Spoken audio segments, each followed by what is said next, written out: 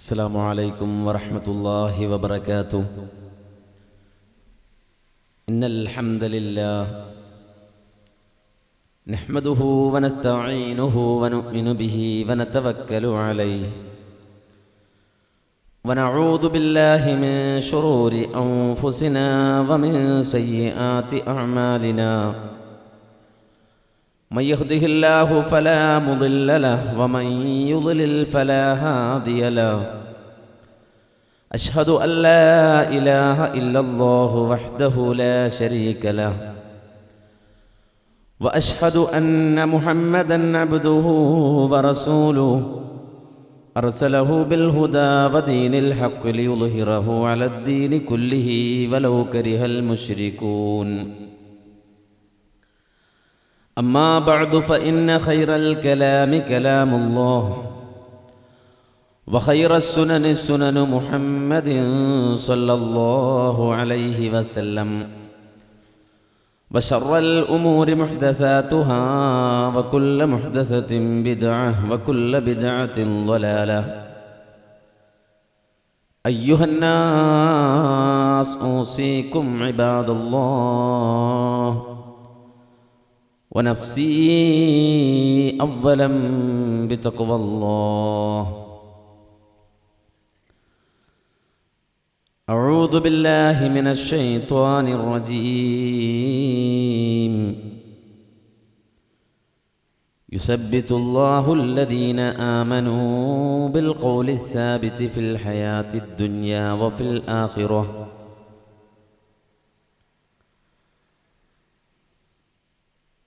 ബഹുമാന്യരായ പണ്ഡിതന്മാരെ, നേതാക്കളെ, സ്നേഹസമ്പന്നരായ ശ്രോതാക്കളെ, അല്ലാഹുവിൻ്റെ മഹത്തായ നിഅമത്തുകൊണ്ട് മഹത്തായ ഈ നഗരിയിൽ ഒത്തൊരുമിക്കാനും അല്ലാഹുവിൻ്റെ ദീൻ പറയുവാനും കേൾക്കുവാനുമുള്ള തൗഫീഖ് എനിക്കും നിങ്ങൾക്കും ലഭിച്ചു. സമയവും സന്ദർഭവും നമുക്ക് അനുകൂലമാക്കിയ അല്ലാഹുവിനെ സ്തുതിക്കുന്നു. അൽഹംദുലില്ലാഹ്, അൽഹംദുലില്ലാഹി അലാ കുല്ലി ഹാൽ. വലിയ ഒരു ആമുഖമൊന്നുമില്ലാതെ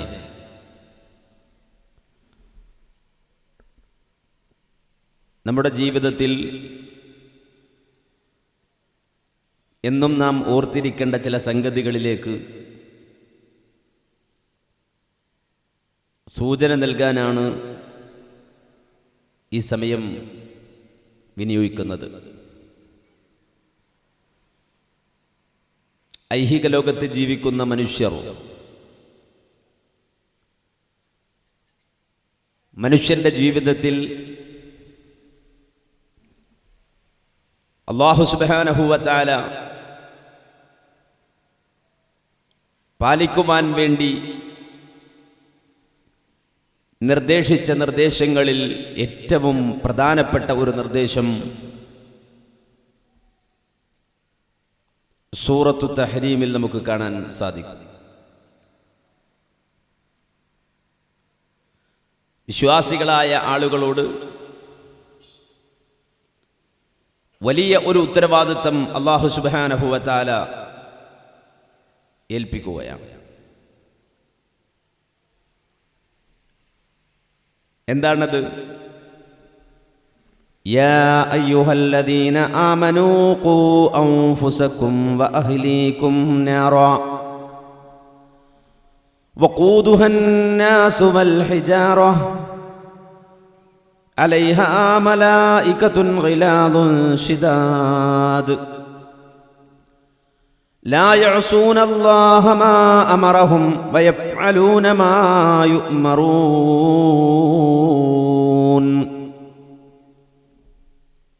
ഈമാനുള്ളവരെ, വിശ്വാസികളെ, ഖൂ അൻഫുസകും വഅഹ്ലീകും നാറാ, നിങ്ങൾ നിങ്ങളെയും നിങ്ങളുടെ കുടുംബത്തെയും നരകത്തെ തൊട്ട് കാത്തുകൊള്ളണേ. വഖൂദുഹൻ നാസു വൽ ഹിജാറ, ആ നരകത്തിൽ കത്തിക്കപ്പെടുന്ന ഇന്ധനം മനുഷ്യരും കല്ലുകളുമാകുന്നു. അലൈഹാ മലായികത്തുൻ ഗിലാദുൻ ശിദാദ്. അതിനു പുറമെ കഠിനരായ മല്ലന്മാരായ മലായികത്തുകൾ ആ നരകത്തിന് കാവൽക്കാരുണ്ട്. ആ മല്ലന്മാരായ മലക്കുകളുടെ പ്രത്യേകത ലാ യഅസൂനല്ലാഹ മാ അമറഹും വയഫ്അലൂന മാ യുഅ്മറൂൻ. അല്ലാഹു എന്താണോ അവരോട് കൽപ്പിക്കുന്നത് അതങ്ങനെ തന്നെ പാലിക്കുന്ന, ഒരിക്കലും അല്ലാഹുവിനെ എതിര് ചെയ്യാത്ത മലായികത്തുകൾ കാവൽക്കാരായി നിൽക്കുന്ന നരകത്തിന്റെ വിറകുകളായി നിങ്ങളും നിങ്ങളുടെ കുടുംബവും മാറുന്നതിനെ തൊട്ട് നിങ്ങൾ സൂക്ഷിച്ചോ. വലിയൊരു താക്കീത് അല്ലാഹു സുബ്ഹാനഹു വ തആല നൽകുകയാണ് നമുക്ക്. നമ്മുടെ ജീവിതവുമായി വലിയ ബന്ധമുള്ള ഒരു സൂക്തം, നമ്മുടെ ജീവിതത്തിൽ നാം സ്വീകരിക്കുന്ന നിലപാടുകളുമായി വലിയ ബന്ധമുള്ള ഒരു സൂക്തം. ഒരിക്കലും മനുഷ്യൻ നരകത്തിന്റെ വിറക് ആയിത്തീരരുത്. സ്വന്തം കുടുംബം നരകത്തിന്റെ വിറകാകുന്ന അവസ്ഥയിലേക്ക് മാറരുത് എന്ന് അല്ലാഹു സുബ്ഹാനഹു വ തആല നിർദ്ദേശിക്കുമ്പോൾ റബ്ബ് സുബ്ഹാനഹു വ തആല നമുക്ക് മുന്നിൽ അവതരിപ്പിക്കുന്ന സർവ്വ നിയമങ്ങളും നാളെ റബ്ബിന്റെ മുന്നിൽ നരകത്തിന്റെ വിറകുകളായി നമ്മൾ മാറാതിരിക്കാനുള്ള നിർദ്ദേശങ്ങളാണ്. ചിലപ്പോൾ നമുക്ക് തോന്നും ചെറിയ കാര്യങ്ങളാണല്ലോ, അത് പാലിച്ചില്ലെങ്കിൽ എന്തു സംഭവിക്കാനാ, ഞാനതിനെ നിസ്സാരമായി കണ്ടാൽ എന്ത് കുഴപ്പം വരാനാ, അതത്ര വലിയ കാര്യമല്ലല്ലോ എന്നൊക്കെ ഞാനും നിങ്ങളും നിസ്സാരമായി കാണുന്ന കാര്യങ്ങളെപ്പോലും അല്ലാഹു വലിയ സംഭവമായി അവതരിപ്പിക്കാറുണ്ട്.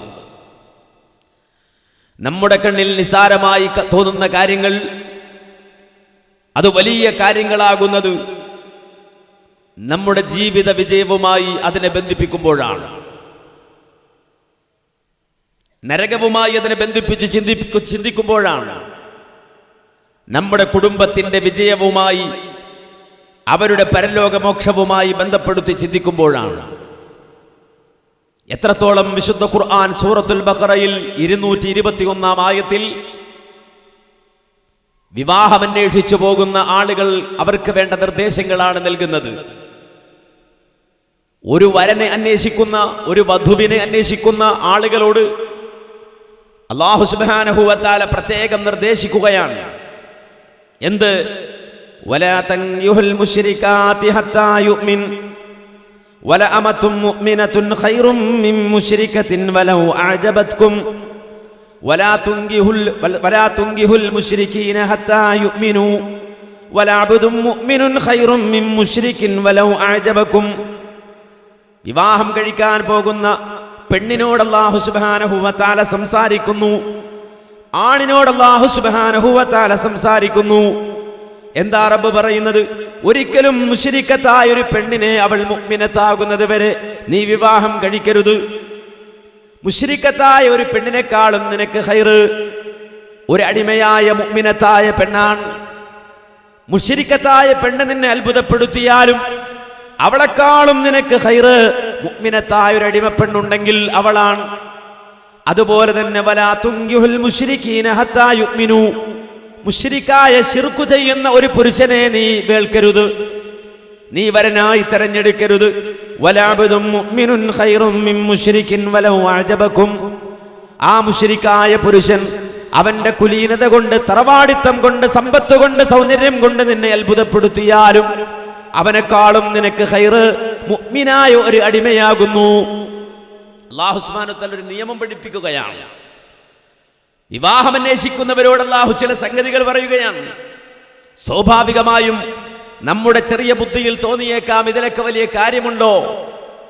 ഒരു വിവാഹം കഴിച്ചാൽ പോരെ, ഒരു ആണായാൽ പോരെ, ഒരു പെണ്ണായാൽ പോരെ, ജീവിക്കാനുള്ള സമ്പത്തുണ്ടായാൽ പോരെ, ആദർശമൊക്കെ നോക്കേണ്ടതുണ്ടോ എന്ന് ഞാനും നിങ്ങളും ചിന്തിക്കുന്നുവെങ്കിൽ അല്ലാഹു പറയുന്നു, തീർച്ചയായും നോക്കേണ്ടതുണ്ട്. മുശ്രിക്കായ ആണിനെ പെണ്ണിനെ വിവാഹം കഴിക്കരുത് എന്നുള്ള പറഞ്ഞപ്പോ എന്തുകൊണ്ട് അവരെ വിവാഹം കഴിച്ചുകൂടാ, അതിന് കാരണം എന്താണ്, അത് തടയാനുള്ള കാരണം എന്താണ് എന്ന് അല്ലാഹു അതിനെ തുറന്നുകൊണ്ട് വിശദീകരിക്കുന്നത്, ഉലൈക യദഊന ഇലന്നാർ, അവർ നിങ്ങളെ നരകത്തിലേക്ക് വിളിച്ചുകൊണ്ട് പോകുന്നവരാകുന്നു. വല്ലാഹു യദഉ ഇലൽ ജന്നതി വൽ മഗ്ഫിറതി ബിഇദ്നി, അല്ലാഹു സുബ്ഹാനഹു വ തആല അവന്റെ അനുമതി പ്രകാരം നിങ്ങളെ സ്വർഗത്തിലേക്ക് വിളിക്കുന്നു. എന്നാൽ ശിർക്ക് ചെയ്യുന്നവൻ അവൻ നിങ്ങളെ വിളിച്ചു കൊണ്ടുപോകുന്നത് നരകത്തിലേക്കാകുന്നു. അതുകൊണ്ട് തന്നെ വിവാഹം കഴിക്കുമ്പോൾ പോലും നിങ്ങൾ ശ്രദ്ധിക്കണമെന്ന് റബ്ബ് സുബ്ഹാനഹു വ തആല പറയുന്നുവെങ്കിൽ ഇതൊരു ചെറിയ വിഷയമല്ല. വയസ്സായി നരച്ചു മൂത്ത് വീട്ടിലിരിക്കുമ്പോൾ ആലോചിക്കേണ്ട ഒരു ചെറിയ കാര്യമല്ല. നേരെ മറിച്ച് അല്ലാഹു സുബ്ഹാനഹു വ തആല നമുക്ക് വേണ്ടി ഒരുക്കിയ ഒരു ദിവസമുണ്ട്.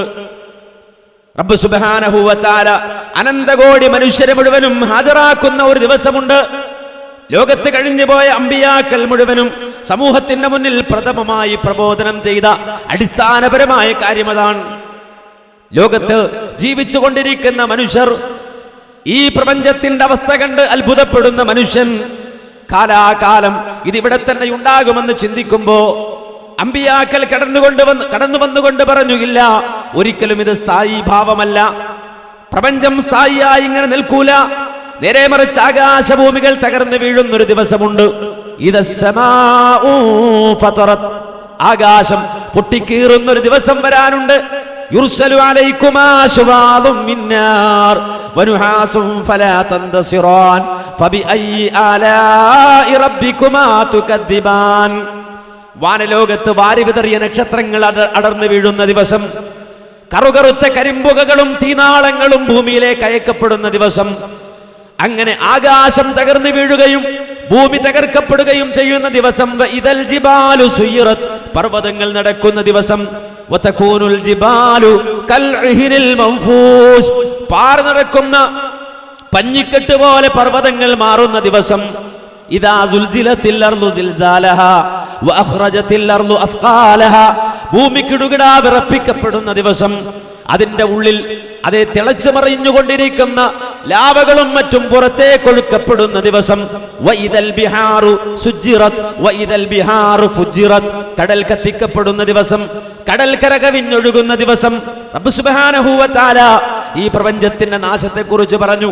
അല്ല, ഒറ്റ വാക്കിലല്ല പറഞ്ഞു, കുല്ലുമൻ അലൈഹാ ഫാൻ വയബ്ഖാ വജ്ഹു റബ്ബിക ദുൽ ജലാലി വൽ ഇക്റാം ഫബിഅയ്യി ആലാഇ റബ്ബികുമാ തുകദ്ദിബാൻ. സർവ്വതും നശിക്കും, സർവ്വതും നശിക്കും, സർവ്വതും നശിക്കും.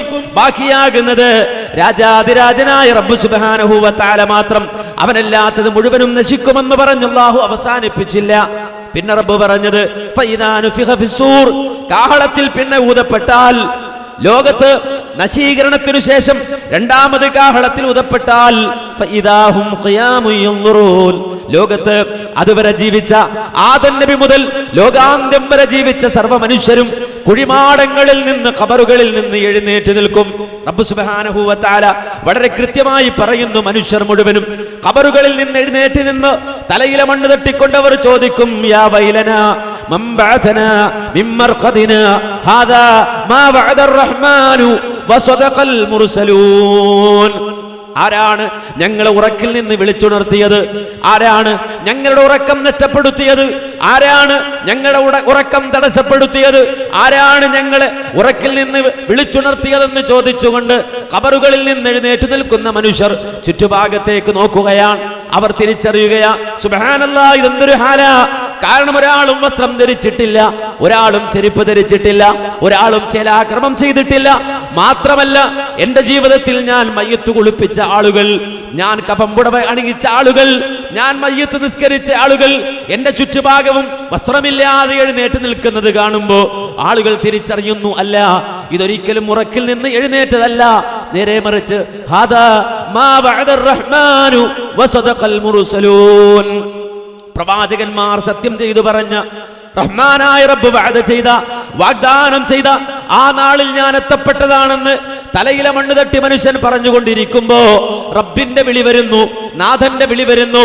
ആ വിളി കേൾക്കേണ്ട ആ സമയത്ത്, ആ വിളി കേൾക്കേണ്ട താമസം, യൗമഇദി യത്തബിഊന ദാഇ ലാ ഇവജല, ഒരു അനുസരണക്കേടും കാണിക്കാതെ വിളി കേട്ട ഭാഗത്തേക്ക് അനന്തകോടി മനുഷ്യർ കഅന്നഹും ജറാദും മുന്തശിർ, പരന്നു പറക്കുന്ന വെട്ടുകിളികളെ പോലെ കൂട്ടം കൂട്ടമായി അള്ളാഹുവിന്റെ വിളി കേട്ടുത്തരം നൽകി പോകുമ്പോ റബ്ബ് സുബ്ഹാനഹു വ തആല ആ ഒരുക്കിയ ഹശറിന്റെ നാളിലേക്ക് മനുഷ്യർ പോകുമ്പോ അല്ലാഹു സുബ്ഹാനഹു വ തആല അതേ വളരെ കൃത്യമായി പറയുന്നു. അവിടെ മനുഷ്യരെത്തുന്ന വേളയിൽ മനുഷ്യന്റെ കർമ്മങ്ങളെ, മനുഷ്യന്റെ പ്രവർത്തനങ്ങളെ, അവന്റെ രാത്രികളെ, അവന്റെ പകലുകളെ, അവന്റെ രഹസ്യങ്ങളെ, അവന്റെ പരസ്യങ്ങളെ മുഴുവനും റബ്ബ് സുബ്ഹാനഹു വ തആല വിചാരണക്കെടുക്കുമ്പോ ഓരോ മനുഷ്യരും ഒറ്റക്കൊറ്റക്ക് അല്ലാഹുവിനെ കണ്ടുമുട്ടുമ്പോ അമ്പിയാക്കൾ പോലും യൗമ യദ്ഉ ആദമു വ അംബിയാ നഫ്സി നഫ്സി നഫ്സി നഫ്സി നഫ്സിയാ, എന്റെ കാര്യം എന്തോ എന്ന് ലോകത്ത് ആദം നബി മുതൽ ഈസാ നബി വരെയുള്ള അമ്പിയാക്കൾ പോലും വിളിച്ചു ചോദിക്കുന്ന ആ ദിവസത്തിൽ അല്ലാഹുവിന്റെ മുന്നിൽ വിചാരണക്ക് വിധിക്കപ്പെട്ട് അവസാനം എന്റെ ജീവിതത്തിന്റെ ഇടനാഴികളിലൂടെ നടന്നു നോക്കി അതിന്റെ ഓരോ ചെറുതും വലുതും എടുത്തു പരിശോധിച്ച് അവസാനം അല്ലാഹുവിന്റെ ലിസ്റ്റിൽ പടച്ചവന്റെ മുന്നിൽ ഞാൻ പാപിയായി വിധിക്കപ്പെട്ടാൽ, നിങ്ങൾ പാപിയായി വിധിക്കപ്പെട്ടാൽ അല്ലാഹു സുബ്ഹാനഹു വ തആല കാത്തുരക്ഷിക്കുമാറാകട്ടെ. ഏതെങ്കിലും ഒരു മനുഷ്യൻ പാപിയായി വിധിക്കപ്പെട്ടാൽ അവനാണ് നരകം അല്ലാഹു സുബ്ഹാനഹു വ തആല ഒരുക്കി വെച്ചത്. കത്തിക്കാളുന്ന നരകം റബ്ബ് സുബ്ഹാനഹു വ തആല ഒരുക്കി വെച്ചത്. അല്ലാഹു സുബ്ഹാനഹു വ തആല അവൻ പാപികൾക്കായി ഒരുക്കി വെച്ച നരകം, അതെ വഇന്നൽ ഫുജ്ജാറ ലഫീ ജഹീം എന്ന് റബ്ബ് പഠിപ്പിച്ച ആ നരകം, മനുഷ്യർ കത്തിക്കപ്പെടുന്ന നരകം, കല്ലുകൾ കത്തിക്കപ്പെടുന്ന നരകം, ആ നരകം ഒരുക്കി വെച്ചത്. ആ നരകത്തിലേക്ക് പാപികളെ വലിച്ചു കൊണ്ടുപോകുമ്പോ അവിടെ വെച്ചവർ നടത്തുന്ന ഒരു വിലാപം അല്ലാഹു സുബ്ഹാനഹു വ തആല പറഞ്ഞു. എന്താണ് ആ വിലാപം എന്നറിയുമോ? യുബസ്വറൂനഹും യവദ്ദുൽ മുജ്രിമു ലൗ യഫ്തദി മിൻ അദാബി യൗമിഇദിൻ ബിബനി വസ്വാഹിബതിഹി വഅഖി വഫസീലതിഹി അല്ലതി തുവി വമൻ ഫിൽ അർളി ജമീഅൻ ثم ينجي. അല്ലാഹു സുബ്ഹാനഹു വ തആല ആ രംഗം ഇങ്ങനെ വിവരിക്കുകയാ. നിനക്കെന്ന് കാണാൻ കഴിയും പാപികളായി നരകത്തിലേക്ക് പോയിക്കോ എന്ന് വിധിക്കപ്പെടുന്ന ആളുകൾ എന്റെ വല്യാപ്പ നരകത്തിലാണെങ്കിൽ ഞാനും ആ നരകത്തിലേക്ക് പോയിക്കൊള്ളാമെന്ന് പറഞ്ഞോടുകയല്ല. എന്റെ മൂത്താപ്പ നരകത്തിലാണെങ്കിൽ അതേ ഞാനും നരകത്തിലേക്കെന്ന് പറഞ്ഞോടുകയല്ല. എന്റെ വാപ്പ നരകത്തിലാണെങ്കിൽ ഞാനും ഇതാ നരകത്തിലേക്കെന്ന് പറഞ്ഞോടുകയല്ല. നേരെ മറിച്ച് റബ്ബ് പറയുന്നു, അവിടെ വെച്ചുകൊണ്ട് മഹാപാപികളായ ആളുകളോട് നരകത്തിലേക്ക് പോയിക്കോ എന്ന് പറയുമ്പോ യവദ്ദുൽ മുജ്രിം, കുറ്റവാളികൾ കൊതിക്കുകയാ. എന്താണ് അവരുടെ കൊതി? ലൗ യഫ്തദി, അല്ലാഹ് കോഴ സ്വീകരിക്കാമോ? പടച്ച റബ്ബേ ഫിദിയ സ്വീകരിക്കാമോ? ഫിദിയ സ്വീകരിക്കാമോ? എന്താ ഫിദിയായി ഞാൻ തരുന്നതെന്നറിയുമോ? ഇന്നത്തെ ഇവിടുത്തെ ശിക്ഷയ്ക്ക് പകരം റബ്ബേ ഞാനോ മരിച്ചു വളർത്തി എന്റെ മക്കളെ തരാമല്ല, എന്റെ പുന്നാര മക്കളെ തരാമല്ല. ആ മക്കളെ എനിക്ക് പകരം സ്വീകരിച്ച് എന്നെ രക്ഷപ്പെടുത്താമോ അല്ല. എന്റെ മക്കളെ പോരെങ്കിൽ വസ്വാഹിബതിഹി, പടച്ച റബ്ബേ എന്നോടൊപ്പം എന്റെ ജീവിതത്തിൽ എന്റെ ഇണയായി ജീവിച്ച എന്റെ ഇണയെ തരാമല്ല. അവരെ നരകത്തിലേക്ക് വലിച്ചെറിഞ്ഞ് എന്നെ ഒന്ന് രക്ഷപ്പെടുത്താമോ? എന്റെ ഇണയെ കൊണ്ടും മതിയായില്ല എങ്കിൽ അല്ലാഹുവേ എന്നോടൊപ്പം കളിച്ചു പറഞ്ഞ എന്റെ സഹോദരനെ തരാമല്ല. ആ സഹോദരങ്ങളെ നരകത്തിലേക്ക് വലിച്ചെറിഞ്ഞ് എന്നെ രക്ഷപ്പെടുത്താമോ? എന്റെ സഹോദരങ്ങളും മതിയായില്ല എങ്കിൽ ഐഹിക ലോകത്ത് എനിക്ക് താണിയായി വർത്തിച്ച എന്റെ ബന്ധുക്കളെ മുഴുവനും എനിക്ക് പകരം നീ സ്വീകരിച്ച് എന്നെ രക്ഷപ്പെടുത്താമോ അല്ലാ? എന്റെ ആ ബന്ധുക്കളെ കൊണ്ടും മതിയായില്ല എങ്കിൽ ആദം നബി മുതൽ ലോകാവസാനം വരെ ജീവിച്ച് മരിച്ചു പോയ സർവ്വ മനുഷ്യരെയും എനിക്ക് പകരം സ്വീകരിച്ച് അവരെ മുഴുവനും നരകത്തിലേക്ക് വലിച്ചെറിഞ്ഞ് എന്നെ രക്ഷപ്പെടുത്താമോ അല്ലാ എന്ന് കുറ്റവാളി അവിടെ വെച്ച് കൊതിക്കുമെന്ന് ഖുർആൻ പറയുന്നു.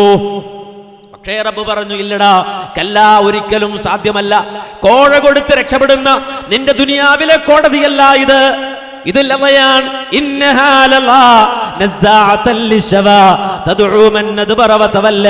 ഇത് ലതയാകുന്ന നരകമാ.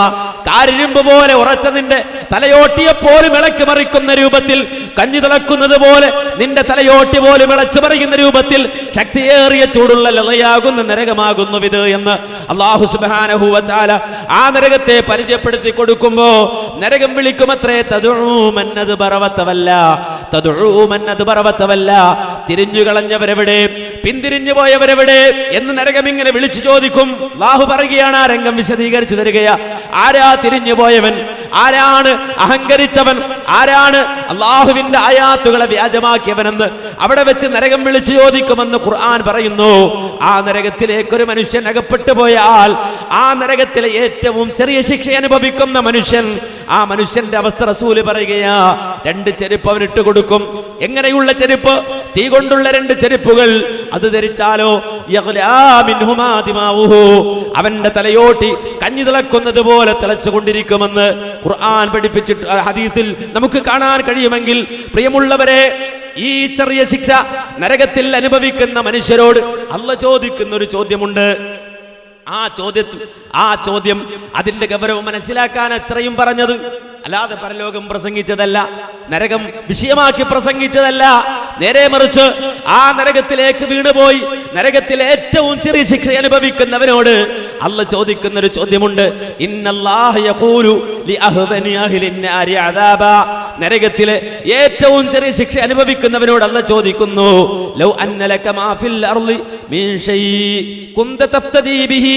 വിശാലമായ ഭൂമി, ആ ഭൂമിയിലെ സർവ്വ കോടികളും നിനക്ക് രജിസ്റ്റർ ചെയ്തു തന്നു എന്ന് വിചാരിക്കുക. വിശാലമായ ഭൂമി മുഴുവനും നിനക്ക് മാത്രമായി ആധാരം ചെയ്തു തന്നു എന്ന് വിചാരിക്കുക. വിശാലമായ ഭൂമിയിൽ 1 ഏക്കറല്ല, 10 ഏക്കറല്ല, 40 ഏക്കറല്ല, അതല്ലെങ്കിൽ 10 ഹെക്ടർ അല്ല, നേരെ മറിച്ച് വിശാലമായ ഭൂമി മുഴുവനും നിനക്കൊറ്റക്ക് നിന്റെ പേരിൽ ആധാരം ചെയ്തു തന്നിട്ട് അവസാനം പരാജിതനായി നീ ഇവിടെ എത്തിയപ്പോ ഞാൻ നിന്നോട് ചോദിക്കുകയാ, ആ ഭൂമി മുഴുവൻ എനിക്ക് നീ തിരിച്ചു തരാമോ? ആ ഭൂമി മുഴുവൻ എനിക്ക് പകരം തരാമോ? ഇവിടെ നിന്ന് രക്ഷപ്പെടാൻ ആ ഭൂമി മുഴുവൻ നീ എനിക്ക് തരുമോ എന്ന് ഞാൻ നിന്നോട് ചോദിച്ചാൽ അത് മുഴുവനും നീ എനിക്ക് തരാൻ തയ്യാറാണോ എന്ന് നരകത്തിലെ ഏറ്റവും ചെറിയ ശിക്ഷ അനുഭവിക്കുന്ന മനുഷ്യനോട് റബ്ബ് ചോദിക്കുമ്പോ അവിടെ കിടന്ന ആ മനുഷ്യൻ പറയും, നഅം യാ അല്ലാഹ്, നഅം യാ അല്ലാഹ്, എനിക്ക് എന്തെല്ലാം ഉണ്ടോ അത് മുഴുവനും ഞാൻ പകരം തരാമല്ലാ, ഫിദിയായി തരാമല്ലാ എന്ന് അവൻ അവിടെ കരഞ്ഞുകൊണ്ട് റബ്ബിന് മറുപടി പറയുമ്പോ അല്ലാഹു സുബ്ഹാനഹു വ തആല അവനോട് ചോദിക്കുകയാണ്, ഫഖദ് സഅൽതുക മാ ഹുവ അഹ്വനു മിൻ ഹാദാ വ അൻത ഫീ സുൽബി ആദമ അല്ലാ തുശ്രിക ബി ഫഅബൈത്. വിശാലമായ ആ ഭൂമി മുഴുവനും ഞാൻ നിന്നോട് ചോദിച്ചിട്ടില്ലല്ലോ മനുഷ്യ, നിനക്കുള്ളത് മുഴുവനും എനിക്ക് തരണമെന്ന് ഞാൻ ആവശ്യപ്പെട്ടില്ലല്ലോ മനുഷ്യ. ഐഹിക ലോകത്ത് നീ ജീവിച്ച കാലഘട്ടത്തിൽ ആകെ നിന്നോട് ഞാൻ ചോദിച്ചത് ഒരേ ഒരു കാര്യമാ, നിന്നോട് ആവശ്യപ്പെട്ടത് ഒരേ ഒരു സംഗതിയാ, അത് വേറൊന്നുമല്ല, അല്ലാ തുശ്രിക ബി, എന്നിൽ ശിർക്ക് വെക്കരുത്, എന്നിൽ ശിർക്ക് വെക്കരുത്. അതാണ് ഞാൻ നിന്നോട് ആവശ്യപ്പെട്ടത്. ആ വിഷയത്തിൽ പോലും, ആ ഒരു കാര്യത്തിൽ പോലും കണിശത പുലർത്താൻ നിനക്ക് കഴിഞ്ഞിട്ടില്ലല്ലോ. എന്നിട്ട് ഇവിടെ വന്ന് മക്കളെ തരാമെന്ന് പറയുന്നു, ഇണയെ തരാമെന്ന് പറയുന്നു, ബന്ധുക്കളെ തരാമെന്ന് പറയുന്നു. ഇത് ഇവിടുന്ന് ആലോചിക്കേണ്ടതല്ലോ, ഐഹിക ലോകത്ത് നിന്ന് ആലോചിക്കേണ്ടതായിരുന്നല്ലോ എന്ന് നരകത്തിലെ ഏറ്റവും ചെറിയ ശിക്ഷ അനുഭവിക്കുന്നവനോട് അല്ലാഹ് പറയുമെന്ന് ഹബീബുന മുഹമ്മദ് മുസ്തഫ സല്ലല്ലാഹു അലൈഹി വസല്ലം. അതുകൊണ്ടാണ് ഭൗതിക ലോകത്ത് നാം ജീവിക്കുന്ന വേളയിൽ, ഈ ലോകത്ത് നാം വസിക്കുന്ന വേളയിൽ നമ്മുടെ മക്കളുടെ കാര്യത്തിൽ ഒരു ശ്രദ്ധ, നമ്മുടെ കുടുംബത്തിന്റെ കാര്യത്തിൽ ഒരു ശ്രദ്ധ, നമ്മുടെ കാര്യത്തിൽ ഒരു ശ്രദ്ധ. അതേത് വിഷയത്തിലാ? ശിർക്കന്നിൽ വന്നുകൂടാ. അല്ലാഹു സുബ്ഹാനഹു വ തആല അവനിൽ പങ്കുചേർക്കുന്ന, അവന് കുറുകാരയുണ്ടാക്കുന്ന ഒരക്ഷരമെന്നിൽ നിന്ന് സംഭവിച്ചുകൂടാ എന്ന ഒരു കണിശതയുണ്ടാകണം. മക്കളുടെ കാര്യത്തിൽ ഉണ്ടാകണം, കുടുംബത്തിന്റെ കാര്യത്തിൽ ഉണ്ടാകണം. നമുക്കറിയാം, ലോകത്ത് കഴിഞ്ഞു പോയ അമ്പിയാക്കൾ, ആ അമ്പിയാക്കളെ സംബന്ധിച്ചിടത്തോളം അവരുടെ ജീവിതത്തിന്റെ അഭിലാഷം എന്തായിരുന്നു? അമ്പിയാക്കളുടെ അഭിലാഷം എന്തായിരുന്നു? അമ്പിയാക്കളുടെ ആ അഭിലാഷങ്ങൾ അവരുടെ ദുആയിലൂടെ പ്രകടമായിരുന്നില്ലേ? എന്റെ അഭിലാഷങ്ങൾ എന്തൊക്കെയാണെന്നറിയാൻ എന്റെ ദുആയിലേക്ക് നോക്കിയാൽ മതിയല്ലോ. രോഗമുള്ളവൻ റബ്ബിനോട് ദുആ ചെയ്യുന്നത്, അല്ലാഹ് എനിക്ക് ആരോഗ്യം വേണം, രോഗം മാറിക്കിട്ടണമെന്ന. ബിസിനസ് തുടങ്ങുന്നവൻ റബ്ബിനോട് ദുആ ചെയ്യുന്നത്, അല്ലാഹുവേ എന്റെ കച്ചവടം നഷ്ടത്തിലാക്കല്ലേ എന്ന. അതുപോലെ തന്നെ ഒരുപാട് ഭയാശങ്കകൾ മനസ്സിൽ കുത്തി നിറച്ചവൻ അല്ലാഹുവിനോട് പ്രാർത്ഥിക്കുന്നത് അതേ അവന്റെ മനസ്സ് നിറഞ്ഞു നിൽക്കുന്ന ഭയാശങ്കകളിൽ നിന്നുള്ള മുക്തികളാ. ഇങ്ങനെ നമ്മുടെ ആവശ്യങ്ങൾ, നമ്മുടെ അഭിലാഷങ്ങൾ നമ്മുടെ ദുആയിലൂടെ പുറത്തേക്ക് വരുമ്പോ അമ്പിയാക്കൾ റബ്ബിനോട് ദുആ ചെയ്യുന്നു. അതിലൂടെ അവരുടെ അഭിലാഷം എന്തായിരുന്നു, അവരുടെ ആഗ്രഹം എന്തായിരുന്നു എന്ന് വായിച്ചെടുക്കാൻ കഴിയുമെങ്കിൽ ലോകത്ത് അറിയപ്പെട്ട ക്രൈസ്തവരും യഹൂദികളും മുസ്ലിമീങ്ങളും ലോകത്തുള്ള സർവ്വ മനുഷ്യരും ഒരുപോലെ ആദരിക്കുന്ന മഹാനായ ഇബ്രാഹിം അലൈഹിസ്സലാത്തു വസ്സലാം, അദ്ദേഹത്തിന്റെ ദുആ ഖുർആൻ എടുത്തുദ്ധരിച്ചപ്പോൾ പറഞ്ഞത്, ഇത് ഖാല ഇബ്രാഹിം റബ്ബി ജഅൽ ഹാദാ ബലദൻ ആമിന വജ്നുബ്നി വബനിയ അൻ നഅ്ബുദൽ അസ്നാം. മഹാനായ ഇബ്രാഹിം നബി റബ്ബിനോട് ദുആ ചെയ്യുന്നത്, ഒന്ന് അല്ലാഹ് എന്റെ രാജ്യത്ത് സമാധാനം തരണം. തൗഹീദുള്ള മനുഷ്യന്റെ തേട്ടങ്ങളിലൊന്നാണത്. ലാ ഇലാഹ ഇല്ലല്ലാഹ് മനസ്സിലുള്ളവന്റെ തേട്ടങ്ങളിലൊന്നാണത്. അള്ളാഹുവിനെ മാത്രം ആരാധിക്കുന്നവൻ തീവ്രവാദിയാണോ അല്ലേ? അവന് UAPA ചുമത്തണോ വേണ്ടേ? അവനെ ജയിലടക്കണോ വേണ്ടേ എന്ന് ചർച്ച ചെയ്യുമ്പോ ലോകമറിയണം, തൗഹീദുള്ള ലാ ഇലാഹ ഇല്ലല്ലാഹുള്ള ഒരു മനുഷ്യന്റെ മനസ്സിലുള്ള ആഗ്രഹമാണ് തന്റെ നാട്ടിൽ സമാധാനം വേണം. കാരണം അല്ലാഹുവിന്റെ നിഅമത്താണ്, പടച്ച റബ്ബിന്റെ നിഅമത്താണ്. ഖുറൈശികളെ നോക്കി പോലും അല്ലാഹ് പറഞ്ഞത് എന്താ? ലീലാഫി ഖുറൈശ് ഈലാഫിഹിം റിഹ്ലതശ് ശിതാഇ വസ്സൈഫ് ഫൽയഅ്ബുദൂ റബ്ബ ഹാദൽ ബൈത്ത് അല്ലദീ അത്അമഹും മിൻ ജൂഅ് വആമനഹും മിൻ ഖൗഫ്. അല്ലാഹു സുബ്ഹാനഹു വ തആല അവർക്ക് അന്നം നൽകുന്നു. ആ അവരുടെ ജീവിതത്തിൽ അല്ലാഹു നിർഭയത്വം നൽകുന്നു. ആ നാട്ടിൽ അവർ കഴിയുമ്പോ, മക്ക എന്ന നാട്ടിൽ അവർ ജീവിക്കുമ്പോ ഒരു ഭയാശങ്കയുമില്ലാതെ സമാധാനത്തോടെ ജീവിക്കാൻ അവർക്ക് കഴിയുന്നുവെന്നത് റബ്ബ് അവർക്ക് കൊടുത്ത നിഅമത്താണ്. അതുകൊണ്ട് ഫൽയഅ്ബുദൂ റബ്ബ ഹാദൽ ബൈത്ത്, ആ സമാധാനം അവർക്ക് നൽകിയ, അവർക്ക് അന്നം നൽകുന്ന വിശുദ്ധമായ കഅബാലയത്തിന്റെ റബ്ബിന്, ആ റബ്ബിനെ മാത്രം അവർ ആരാധിക്കട്ടെ എന്ന് ഖുർആൻ പറയുന്നുവെങ്കിൽ, മുവഹിദായ മനുഷ്യൻ, തൗഹീദുള്ള മനുഷ്യൻ, അവർ റബ്ബിനോട് നടത്തുന്ന ദുആ, ആ ദുആ എങ്ങനെയാണെന്ന് മഹാനായ ഇബ്രാഹിം നബിയിലൂടെ അല്ലാഹു പഠിപ്പിക്കുന്നു. ഒന്നാമത് പറഞ്ഞത് റബ്ബി ജഅൽ ഹാദൽ ബലദ ആമിന, അല്ലാഹുവേ എന്റെ നാടിനെ നിർഭയത്വമുള്ള നാടാക്കണേ അല്ലാ, സമാധാനമുള്ള ആ നാടാക്കണേ അല്ലാ. വജ്നുബ്നി വബനിയ അൻ നഅ്ബുദൽ അസ്നാം. അതോടൊപ്പം മഹാനായ ഇബ്രാഹിം നബി റബ്ബിനോട് പറയുന്നത്, അല്ലാഹ് എന്നെയും എന്റെ മക്കളെയും ശിർക്കിൽ നിന്ന് കാക്കണേ അല്ലാ. വജ്നുബ്നി വബനിയ അൻ നഅ്ബുദൽ അസ്നാം, എന്നെയും എന്റെ മക്കളെയും ശിർക്കിൽ നിന്ന് കാക്കണേ അല്ലാ. കാര്യം എന്താ? മക്കളുടെ കാര്യത്തിൽ, സന്താനങ്ങളുടെ കാര്യത്തിലെ ഭയമാ. മക്കൾ ദുനിയാവിൽ മാത്രം പോരാ, മരിക്കുന്നത് വരെയുള്ള താൽക്കാലികമായ ജീവിതത്തിൽ മാത്രം പോരാ മക്കൾ. നമ്മളുടെ മക്കളെ കണ്ട് കൊതി തീർന്നവരുണ്ടോ? സ്വന്തം മക്കളുടെ മുഖം കണ്ട് കൊതി തീർന്ന ഉപ്പമാരുണ്ടോ? സ്വന്തം മക്കളുടെ മുഖം കണ്ട് കൊതി തീർന്ന ഉമ്മമാരുണ്ടോ? മക്കളോടൊപ്പം സഹവസിച്ച് കൊതി തീർന്ന വാപ്പമാരുണ്ടോ? മക്കളോടൊപ്പം സഹവസിച്ച് കൊതി തീർന്ന ഉമ്മമാരുണ്ടോ? ഈ ഐഹിക ലോകത്തെ തുച്ഛമായ ജീവിതം കൊണ്ട് കൂട്ടുകുടുംബാദികളോടൊപ്പം ഒന്നിച്ച് ജീവിച്ച് കൊതി തീർക്കാൻ കഴിയുമോ? ഒരിക്കലും സാധ്യമല്ല. എങ്കിൽ അല്ലാഹു സുബ്ഹാനഹു വ തആല നമ്മെ വിളിക്കുകയാ, ശാശ്വതമായി നിങ്ങളുടെ മക്കളെ കൂടെ തരാം, ശാശ്വതമായി നിങ്ങളുടെ കുടുംബത്തെ കൂടെ തരാം, ശാശ്വതമായി നിങ്ങളുടെ വാപ്പയെ കൂടെ തരാം, ശാശ്വതമായി നിങ്ങളുടെ ഉമ്മമാരെ കൂടെ തരാം. കാലാകാലം നിങ്ങൾക്ക് ജീവിക്കാം. അതെ, ഒരു തരത്തിലുള്ള അസ്വസ്ഥതയുമില്ലാതെ നിങ്ങൾക്ക് ജീവിക്കാം. അത് ദുനിയാവിലല്ല, ആഖിറത്തിലാണ്. ആ ജീവിതം നിങ്ങൾക്ക് കിട്ടണമെങ്കിൽ ഐഹിക ലോകത്ത് നിങ്ങൾക്ക് തൗഹീദ് ഉണ്ടാകണം, നിങ്ങളുടെ ഭാര്യയ്ക്ക് തൗഹീദ് ഉണ്ടാകണം, നിങ്ങളുടെ മക്കൾക്ക് തൗഹീദ് ഉണ്ടാകണം. എങ്കിലേ എന്റെ മക്കളെ, എന്റെ ഇണയെ, എന്റെ മാതാപിതാക്കളെ അല്ലാഹു സുബ്ഹാനഹു വ തആല പാരത്രിക ലോകത്ത് എനിക്ക് തരൂ. അതുകൊണ്ട് ഓരോ പ്രവാചകനും ആ പ്രവാചകന്റെ ജീവിതത്തിൽ സന്താനങ്ങളെ നോക്കിയവർ വിഷമിച്ചത്, ആ മക്കളുടെ ഭാവി എന്താകും, ആ മക്കളുടെ ജോലി എന്താകും, ആ മക്കൾ എങ്ങനെ ജീവിക്കും? ഇതായിരുന്നില്ല അമ്പിയാക്കളുടെ ടെൻഷൻ. നേരെ മറിച്ച് എന്തായിരുന്നു അമ്പിയാക്കളുടെ ടെൻഷൻ?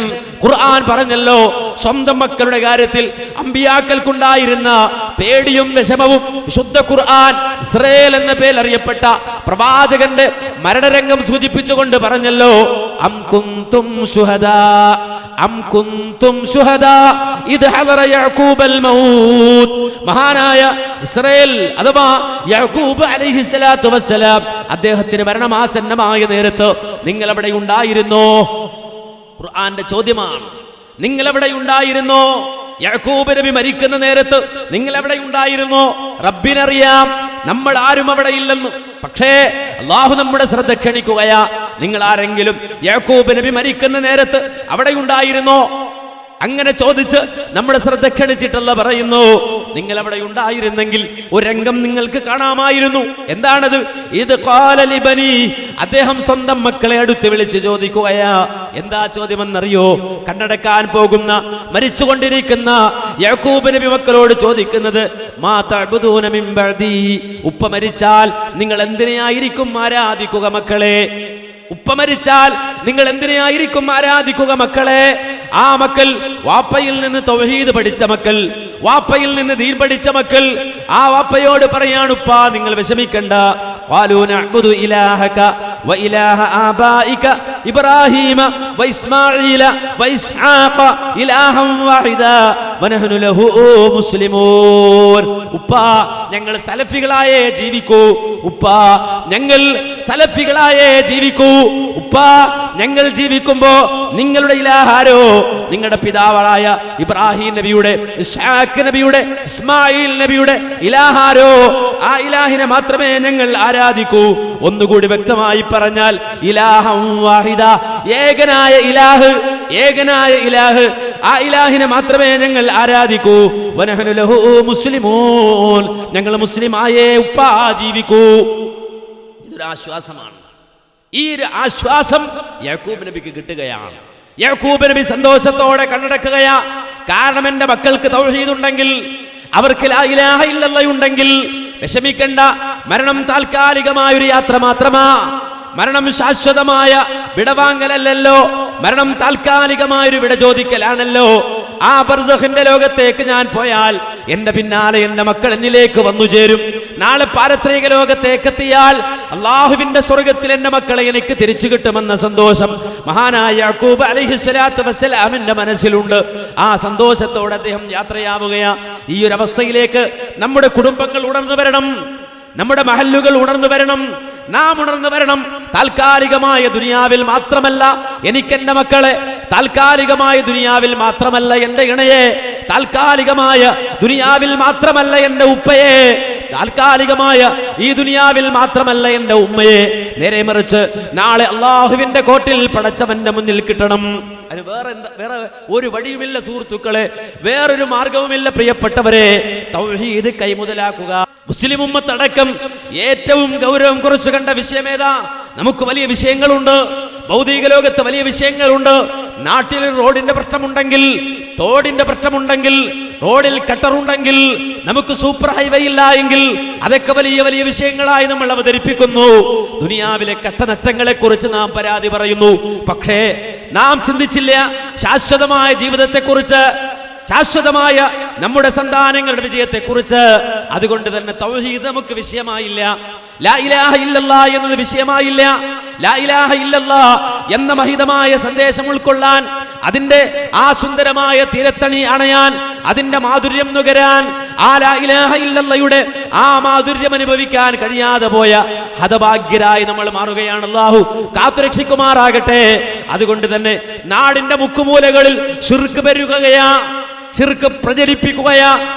ഈ മാസത്തിൽ പോലും, ഈ റബീഉൽ ആഖിറിൽ പോലും കേരളത്തിന്റെ തെരുവോരങ്ങളിൽ, അല്ലാഹുവിന്റെ പള്ളികളിൽ, പടച്ച റബ്ബിന്റെ ഭവനങ്ങളിൽ, ഏത് ഭവനം? വഅന്നൽ മസാജിദ ലില്ലാഹ് ഫലാ തദ്ഉ മഅല്ലാഹി അഹദാ, പള്ളികൾ അല്ലാഹുവിനുള്ളതാണ്. ആ പള്ളികളിൽ വെച്ച് അല്ലാഹുവല്ലാത്തവരോട് നിങ്ങൾ ദുആ ചെയ്യരുത്, അല്ലാഹുവല്ലാത്തവരോട് നിങ്ങൾ പ്രാർത്ഥിക്കരുത് എന്ന് പഠിപ്പിക്കപ്പെട്ട പടച്ച റബ്ബിന്റെ ഭവനത്തിൽ വെച്ചുകൊണ്ട് പോലും അല്ലാഹുവല്ലാത്തവരോട് ദുആ ചെയ്യുന്ന, അല്ലാഹുവല്ലാത്തവരോട് പ്രാർത്ഥിക്കുന്ന, അല്ലാഹു അല്ലാത്തവരോട് ഇസ്തിഗാസ ചെയ്യുന്ന, മരിച്ചു മൺമറഞ്ഞു പോയ മഹാത്മാക്കളോട് ദുആ ചെയ്യുന്ന ആളുകൾ നമ്മുടെ നാട്ടിൽ വളരെ കൂടുതൽ കാണുകയാ. പ്രിയമുള്ളവരെ, നാം മനസ്സിലാക്കണം, എന്താ ഈ നശിപ്പിക്കുന്നത്, എന്താണ് ഈ എറിഞ്ഞുടക്കുന്നത്? വേറൊന്നുമല്ല, നേരെ മറിച്ച് അമ്പിയാക്കളുടെ നാവുകളിലൂടെ ലോകം കേട്ട മഹത്തായ സന്ദേശം, അമ്പിയാക്കളിലൂടെ അല്ലാഹു സുബ്ഹാനഹു വ തആല ലോകത്തെത്തിച്ച മഹത്തായ സന്ദേശം ലാ ഇലാഹ ഇല്ലല്ലാഹ്, ലാ ഇലാഹ ഇല്ലല്ലാഹ്, ലാ ഇലാഹ ഇല്ലല്ലാഹ്. ആ ലാ ഇലാഹ ഇല്ലല്ലയാണ് എറിഞ്ഞുടക്കുന്നത്. ആരും ഈ വിഷയം മനസ്സിലാകാതെ പോകരുത്. ഈ ശബ്ദം കേൾക്കുന്ന ഒരാളും ഈ കാര്യം മനസ്സിലാകാതെ പോകരുത്. അല്ലാഹുവിന്റെ ഭവനങ്ങളിൽ ഇരുന്ന് യാ ശൈഖ് യാ മുഹീദ്ദീൻ അബ്ദുൽ ഖാദർ ജീലാനി എന്ന് വിളിക്കുന്നവൻ, മരിച്ചു മൺമറഞ്ഞു പോയ അമ്പിയാക്കളെയും ഔലിയാക്കളെയും വിളിക്കുന്നവൻ, ആ പള്ളിയുടെ ഭിത്തിയിൽ എറിഞ്ഞുടക്കുന്നത് ലാ ഇലാഹ ഇല്ലല്ലയാ, ലാ ഇലാഹ ഇല്ലല്ലയാ, ലാ ഇലാഹ ഇല്ലല്ലയാ, സംശയമില്ല. അതുകൊണ്ടാണ് ബഹുമാന്യനായ ശൈഖ് മുഹീദ്ദീൻ അബ്ദുൽ ഖാദർ ജീലാനി അദ്ദേഹം ചോദിച്ചല്ലോ, കൈഫ തഖൂലു ലാ ഇലാഹ ഇല്ലല്ലാഹ് വഫീ ഖൽബിക കം ഇലാഹ്, നിന്റെ ഹൃദയത്തിൽ 1000 ഇലാഹുകളെ കുടിയിരുത്തുന്നു. എത്ര ഇലാഹുകളാണ് നിന്റെ ഹൃദയത്തിൽ? എത്രയോ കള്ളദൈവങ്ങളാ നിന്റെ ഹൃദയത്തിൽ. എന്നിട്ട് നാവ് കൊണ്ട് നീ ലാ ഇലാഹ ഇല്ലല്ലാഹ് പറയുന്നു. നിനക്കെങ്ങനെ അത് പറയാൻ കഴിയുന്നു? നിനക്കെങ്ങനെ അത് പറയാൻ കഴിയുന്നു? മനുഷ്യ, ആരോടാ ഈ ചോദ്യം? ആരോടാ ഈ ചോദ്യം? ലാ ഇലാഹ ഇല്ലല്ലാഹ് നീ എങ്ങനെ പറയുന്നു എന്ന് ചോദിക്കുന്നത് ആരോടാ? നമ്മുടെ നാട്ടിലെ വർഗീസേട്ടനോടാണോ? സുമതി ചേച്ചിയോടാണോ? ഒരിക്കലുമല്ല. ലാ ഇലാഹ ഇല്ലല്ലാഹ് പറയുന്നവരാരാ? 5 നേരവും പള്ളിമിനാരങ്ങളിലൂടെ ലാ ഇലാഹ ഇല്ലല്ലാഹ് ഉതിർത്തു വിടുന്നവർ ആരാ? ലാ ഇലാഹ ഇല്ലല്ലാഹ് ഉറക്കെ പ്രഖ്യാപിക്കുന്നവരാരാ? അശ്ഹദു അല്ലാ ഇലാഹ ഇല്ലല്ലാഹ് എന്ന് പറയുന്നവരാരാ? മുസ്ലിമീങ്ങളല്ലേ? ആ ലാ ഇലാഹ ഇല്ലല്ലാഹ് പറയുന്നവരോടാ ശൈഖ് ജീലാനി ചോദിക്കുന്നത്, നീ എങ്ങനെ പറയുന്നു ഇത്? നിനക്കെങ്ങനെ പറയാൻ കഴിയുന്നു ഇത്? കാരണം വഫീ ഖൽബിക കം ഇലാഹ്, നിന്റെ ഹൃദയത്തിൽ എത്രയോ കള്ളദൈവങ്ങളാ. നമ്മുടെ നാട്ടിൽ ഉസ്താദുമാര് സമ്മതിക്കൂല. ലാ ഇലാഹ ഇല്ലല്ലാഹ് പറഞ്ഞാൽ പിന്നെ ശിർക്ക് ഉണ്ടാകൂല. മുഹമ്മദുർ റസൂലുള്ളാഹ് പറഞ്ഞാൽ പിന്നെ ശിർക്ക് ഉണ്ടാകൂല. കാരണം ലാ ഇലാഹ ഇല്ലല്ലാഹ് പറഞ്ഞാൽ അവൻ സർവ്വ ശിർക്കിൽ നിന്ന് ഇമ്മ്യൂണിറ്റി നേടുന്നു എന്നാണ് നമ്മുടെ നാട്ടിൽ ഒരു ഉസ്താദ് എഴുതി വെച്ചത്. അഥവാ പ്രതിരോധ ശേഷി നേടുകയാ. പിന്നെ അവൻ ആരെ വിളിച്ചാലും ശിർക്കാകൂല. കാരണം അല്ലാഹ് അല്ലാതെ ഇലാഹില്ല എന്ന് പറഞ്ഞു കഴിഞ്ഞല്ലോ. അത് പറഞ്ഞതോടെ പിന്നെ എല്ലാ ഇലാഹുകളും ഒഴിവായല്ലോ. എല്ലാ ഇലാഹുകളും ഒഴിവായതോടെ ശിർക്ക് ഒഴിവായി പോയല്ലോ എന്ന് ന്യായമാണ് പറയുന്നത്. പക്ഷേ ശൈഖ് ജീലാനി ചോദിക്കുന്നു, നിന്റെ തൊള്ളപടായി കൊണ്ട് കാര്യമുണ്ടോ? നീ നാവ് കൊണ്ട് ലാ ഇലാഹ ഇല്ലല്ലാഹ് പറയുമ്പോ നിന്റെ ഹൃദയത്തിൽ 1000 കള്ളദൈവങ്ങൾ കുടിയിരിക്കുന്നു. ആരാണ് ആ കള്ളദൈവങ്ങൾ? കുല്ലു ശൈഇൻ തഅ്തമിദു അലൈഹി വതദിഖു ബിഹി ദൂനല്ലാഹ് ഫഹുവ സനമുക.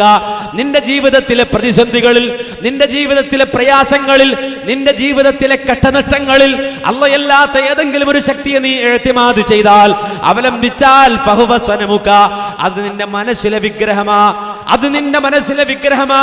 അല്ലാഹ് ഒരിക്കലും പൊറുക്കാത്തൊരു പാപമുണ്ടല്ലോ, അല്ലാഹ് പൊറുക്കൂല എന്ന് പറഞ്ഞൊരു പാപമുണ്ടല്ലോ, അല്ലാഹ്ക്ക് ഏറ്റവും വെറുപ്പായ പാപമുണ്ടല്ലോ. ഇന്നല്ലാഹ ലാ യഗ്ഫിറു അൻ യുശ്റക ബിഹി വയഗ്ഫിറു മാ ദൂന ദാലിക ലിമൻ യശാ. അതെ, അല്ലാഹു ശിർക്കിനു താഴെയുള്ള പാപങ്ങൾ അത് പുറത്തു തരാൻ ഒരുക്കമാണ്. അവൻ ഉദ്ദേശിച്ചവർക്ക് അവൻ പുറത്തു കൊടുത്തേക്കാം ആ ശിർക്കിന് താഴെയുള്ള പാപങ്ങൾ. പക്ഷേ ആ ശിർക്ക് മനസ്സിൽ സൂക്ഷിച്ച് അതുമായി ഒരു മനുഷ്യൻ മരിച്ചാൽ അല്ലാഹ് വിട്ടുകൊടുക്കൂല, അവന് പുറത്തു കൊടുക്കൂല അവന് എന്ന് പ്രഖ്യാപിച്ചിട്ടുണ്ടല്ലോ. അങ്ങനെ ഒരു വലിയ പാപമായ ഏതൊരു പാപത്തിന്റെയും മേലെയായ ശിർക്ക് എന്ന് പറഞ്ഞാൽ എന്താ? ശൈഖ് ജീലാനി തന്നെ പറയുന്നത്, വലൈസ ശിർക്കു അൻ തഅബുദൽ അസ്നാം. കൊമ്പുള്ള, തുമ്പിക്കൈയുള്ള, കൈകാലുകളുള്ള ആ ഒരു വിഗ്രഹത്തെ വെച്ച് അതിനെ പൂജിക്കുന്നത് മാത്രമല്ല ശിർക്ക്. അത് മാത്രമല്ല ശിർക്ക്. ഒരു വിഗ്രഹത്തെ വെച്ച് അതിനെ ആരാധിക്കുന്നത് മാത്രമല്ല ശിർക്ക്. നേരെ മറിച്ച്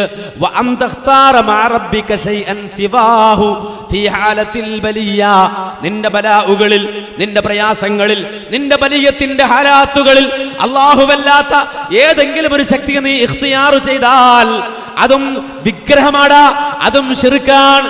അതുകൊണ്ടാ ശൈഖ് ജീലാനി പറഞ്ഞത്, നിനക്ക് നിന്റെ ഖൽബിൽ തൗഹീദ് വേണം, നാവിലും തൗഹീദ് വേണം.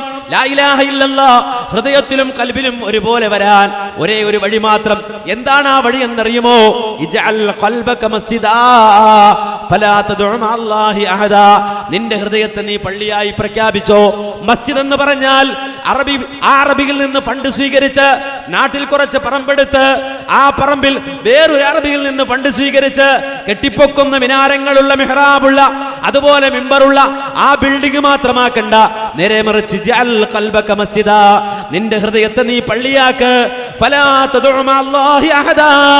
എന്നിട്ട് നീ പ്രഖ്യാപിക്ക്, എന്റെ ഹൃദയമാകുന്ന പള്ളിയിൽ നിന്ന് അല്ലാഹ് അല്ലാത്തവരോടൊരു ദുആ ഉണ്ടാകൂല. ഈ ഖൽബിൽ നിന്ന് ഉയരുന്ന ദുആകൾ അത് മുഴുവൻ റബ്ബിനോട് മാത്രമേ ആകൂ എന്ന് നീ പ്രഖ്യാപിക്കൂ എന്ന് ശൈഖ് ജീലാനി ലോകത്തോട് പഠിപ്പിച്ചു പോയി. പക്ഷേ സമുദായം പകരം വീട്ടുകയാ. ഖാദിരിയ തരീഖത്തുകാരൻ പകരം വീട്ടുകയാ, തരീഖത്തു ഇല്ലാത്തവരും പകരം വീട്ടുകയാ, സർവ്വ ആളുകളും പകരം വീട്ടുകയാ. അത്രക്കായോ ശൈഖ് ജീലാനി?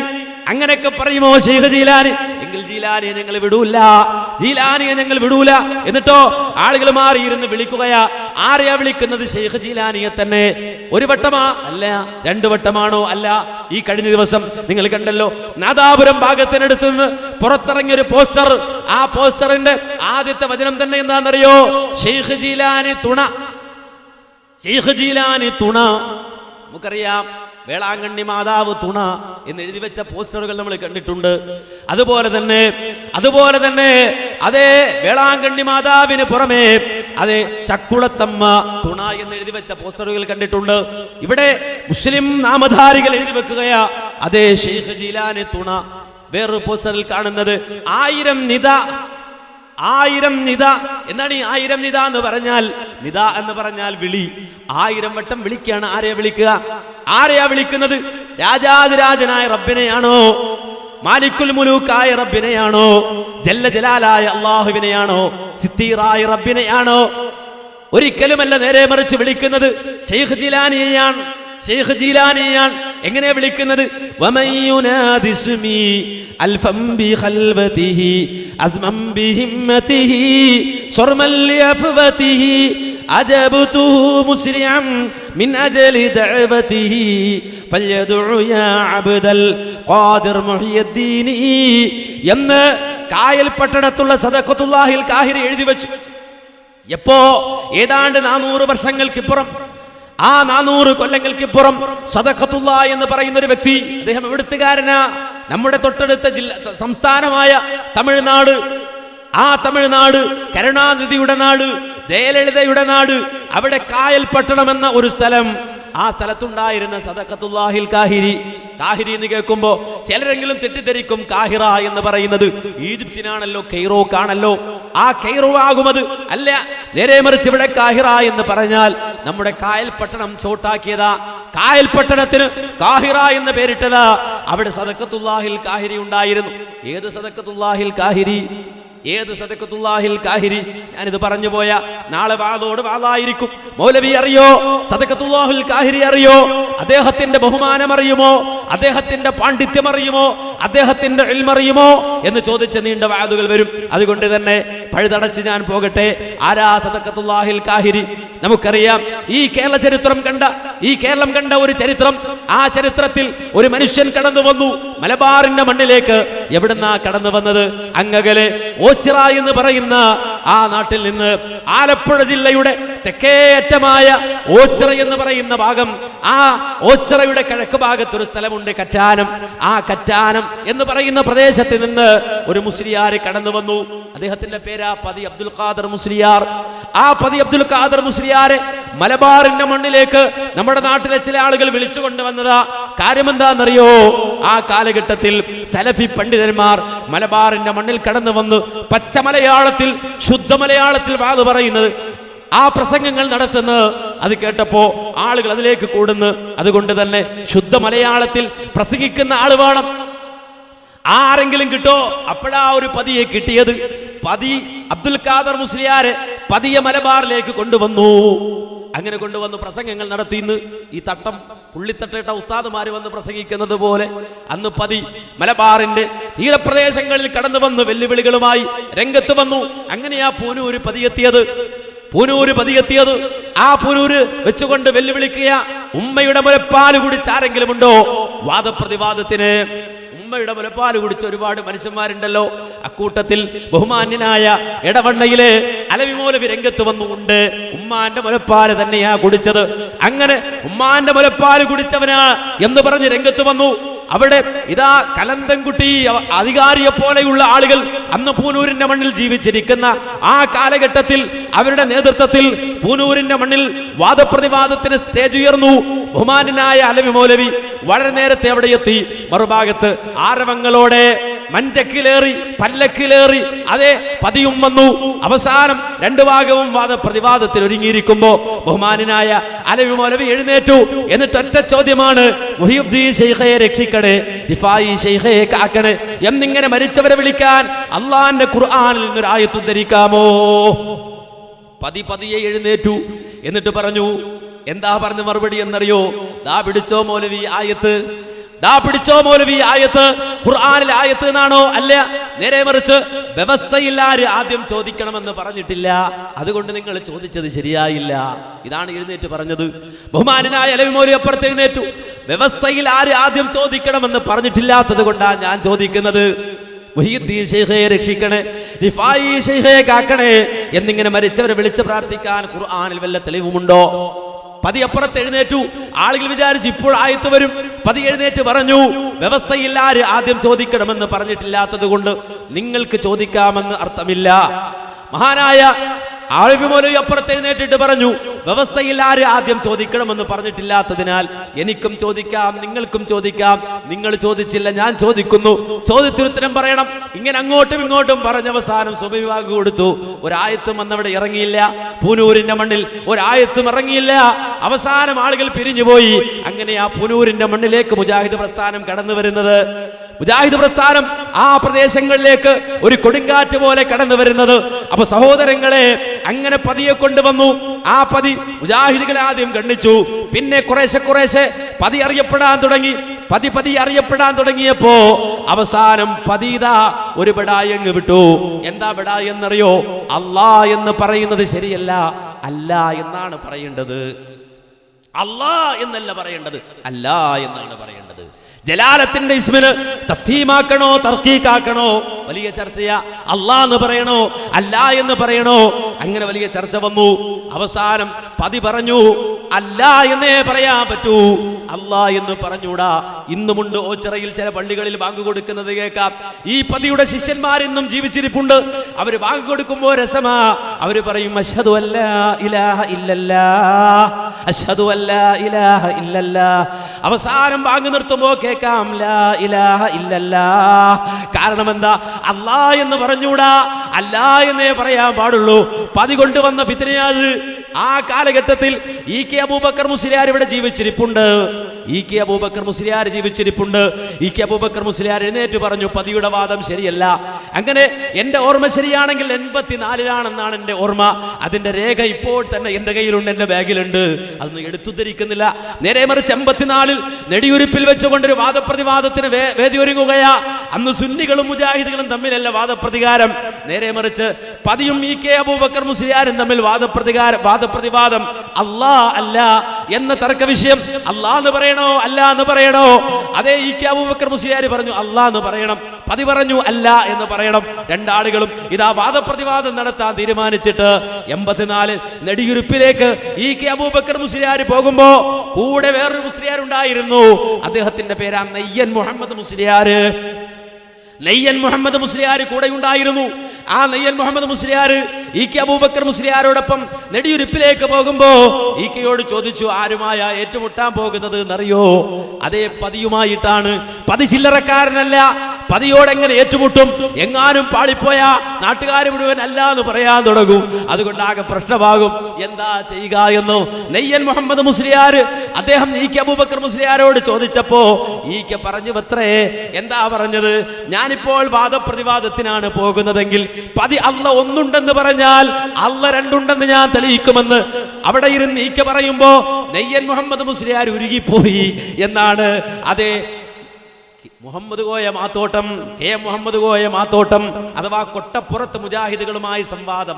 ആ സംവാദത്തിന് വ്യവസ്ഥ എഴുതാൻ വന്ന മുഹമ്മദ് കോയ മാത്തോട്ടം ശംസുൽ ഉലമക്കൊരു തുറന്ന കത്ത് എന്ന പുസ്തകത്തിൽ ഈ സംഭവം വിവരിച്ചുകൊണ്ട് പറയുന്നത്, അല്ല ഒന്നുണ്ടെന്ന് പതി പറഞ്ഞാൽ അല്ല രണ്ടുണ്ടെന്ന് ഞാൻ തെളിയിക്കുമെന്ന് അദ്ദേഹം പറഞ്ഞപ്പോ നെയ്യൻ മുഹമ്മദ് മുസ്ലിയാർ ആ പേരനർത്ഥമാക്കി ഉരുകിപ്പോയി എന്നാണ് അതേ രേഖപ്പെടുത്തി വെച്ചിരിക്കുന്നത്.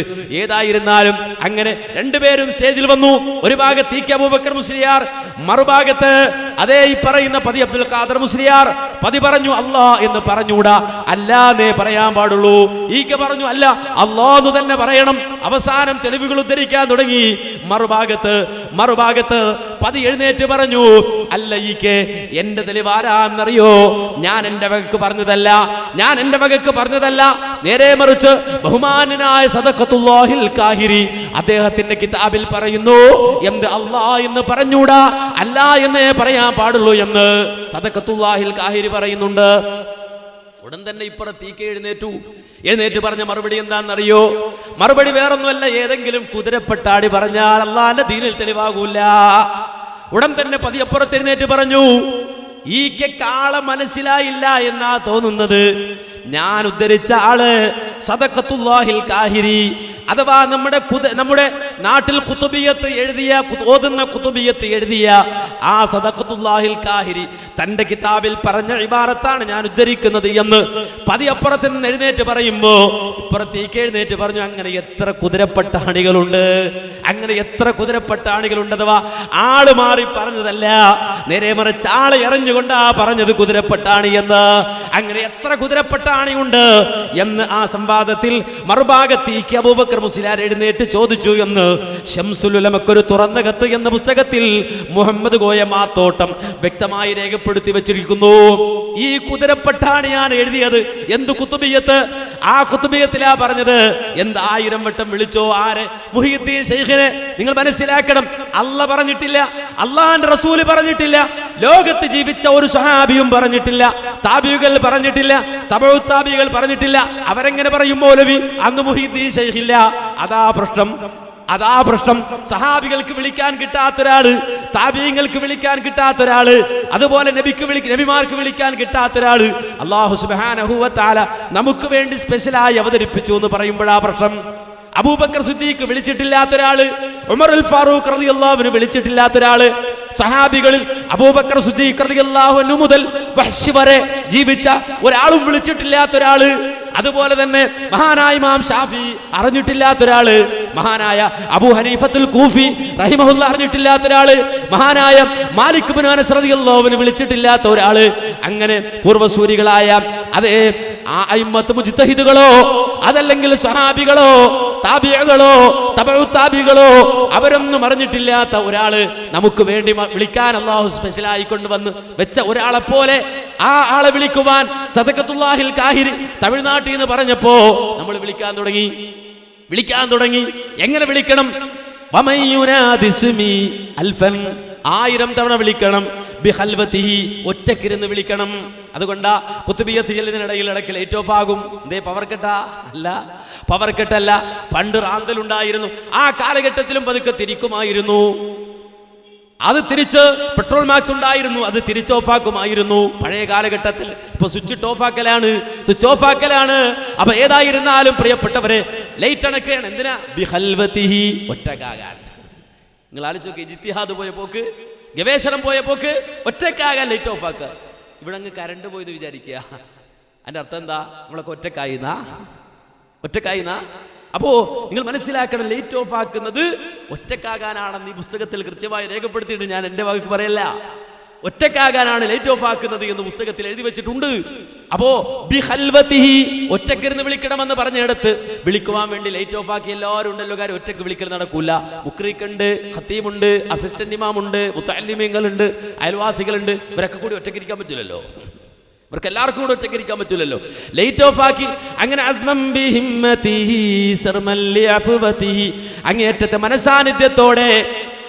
അങ്ങേറ്റത്തെ മനസാന്നിധ്യത്തോടെ ഉത്തരം കിട്ടുമെന്ന പ്രതീക്ഷയോടെ, അങ്ങേറ്റത്തെ ആ ആകാംക്ഷയോടെ നീ വിളിച്ചോ ആരെ? ശൈഖ് ജീലാനിയെ. അങ്ങനെ വിളിച്ചോ, 1000 വട്ടം വിളിച്ചോ. വെറുതെ വിളിച്ചാ പോരാ.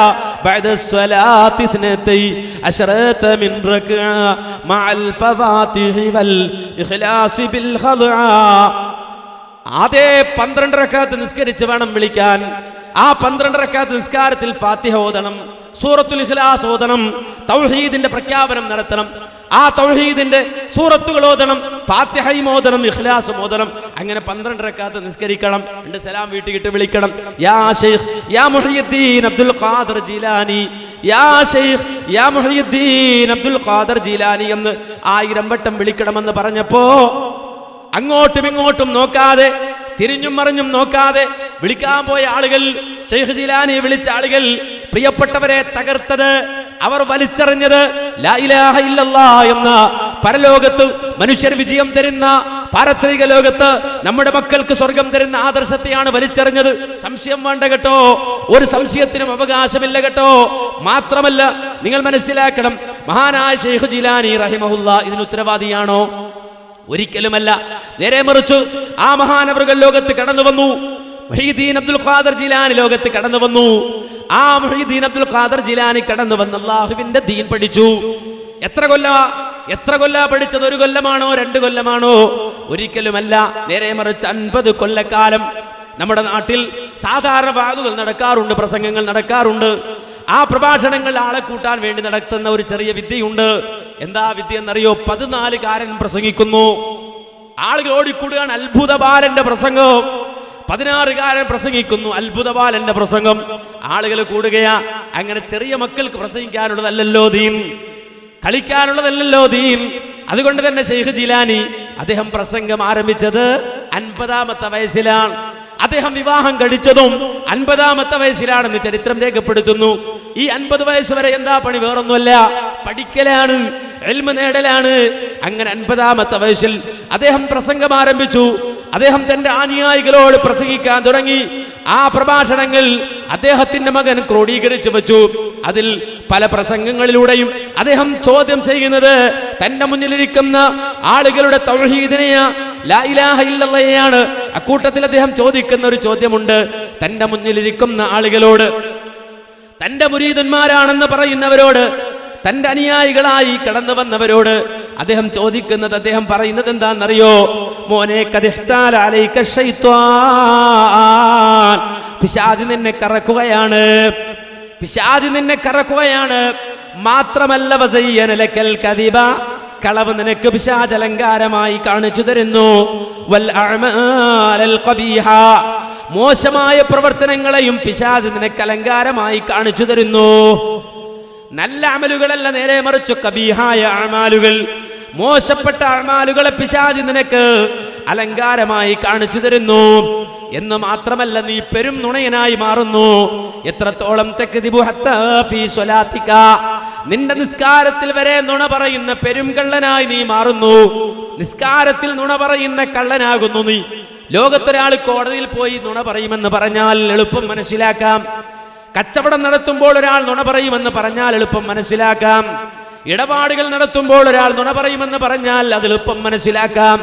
എന്നാൽ ഒരാൾ വുളു എടുത്ത് വലിയ അശുദ്ധിയിൽ നിന്നും ചെറിയ അശുദ്ധിയിൽ നിന്നും ശുദ്ധിയായി അവൻ നേരെ വന്ന് അള്ളാഹുവിന്റെ ഭവനത്തിൽ വെച്ചോ അല്ലാതെയോ കഅബാലയത്തിലേക്ക് തിരിഞ്ഞു നിന്ന് അല്ലാഹു അക്ബർ എന്ന് പറഞ്ഞ് തക്ബീറത്തുൽ ഇഹ്റാം കൊണ്ട് നമസ്കാരത്തിലേക്ക് പ്രവേശിച്ച് സലാം വീട്ടുന്നതിനിടയിൽ എന്ത് നുണ ആരാ പറയുക? അതിനിടയിൽ നുണ പറയാൻ എവിടാ നേരം? പക്ഷേ ശൈഖ് ജിലാനി പറഞ്ഞത് തക്ദിബു ഹത്താ ഫീ സ്വലാത്തിക, നിന്റെ നിസ്കാരത്തിൽ പോലും നുണ പറയുന്ന പെരും നുണയനാകുന്നു നീ. എന്നിട്ട് അദ്ദേഹം എങ്ങനെയാ നിസ്കാരത്തിൽ നീ നുണ പറയുന്നത് എന്നത് വിശദീകരിച്ച് പറയുന്നത്, ലിഅന്നക തഖൂൽ അല്ലാഹു അക്ബർ, നിസ്കരിക്കാൻ നിന്നാൽ നീ പറയുന്നത് അല്ലാഹു അക്ബർ എന്നല്ലേ?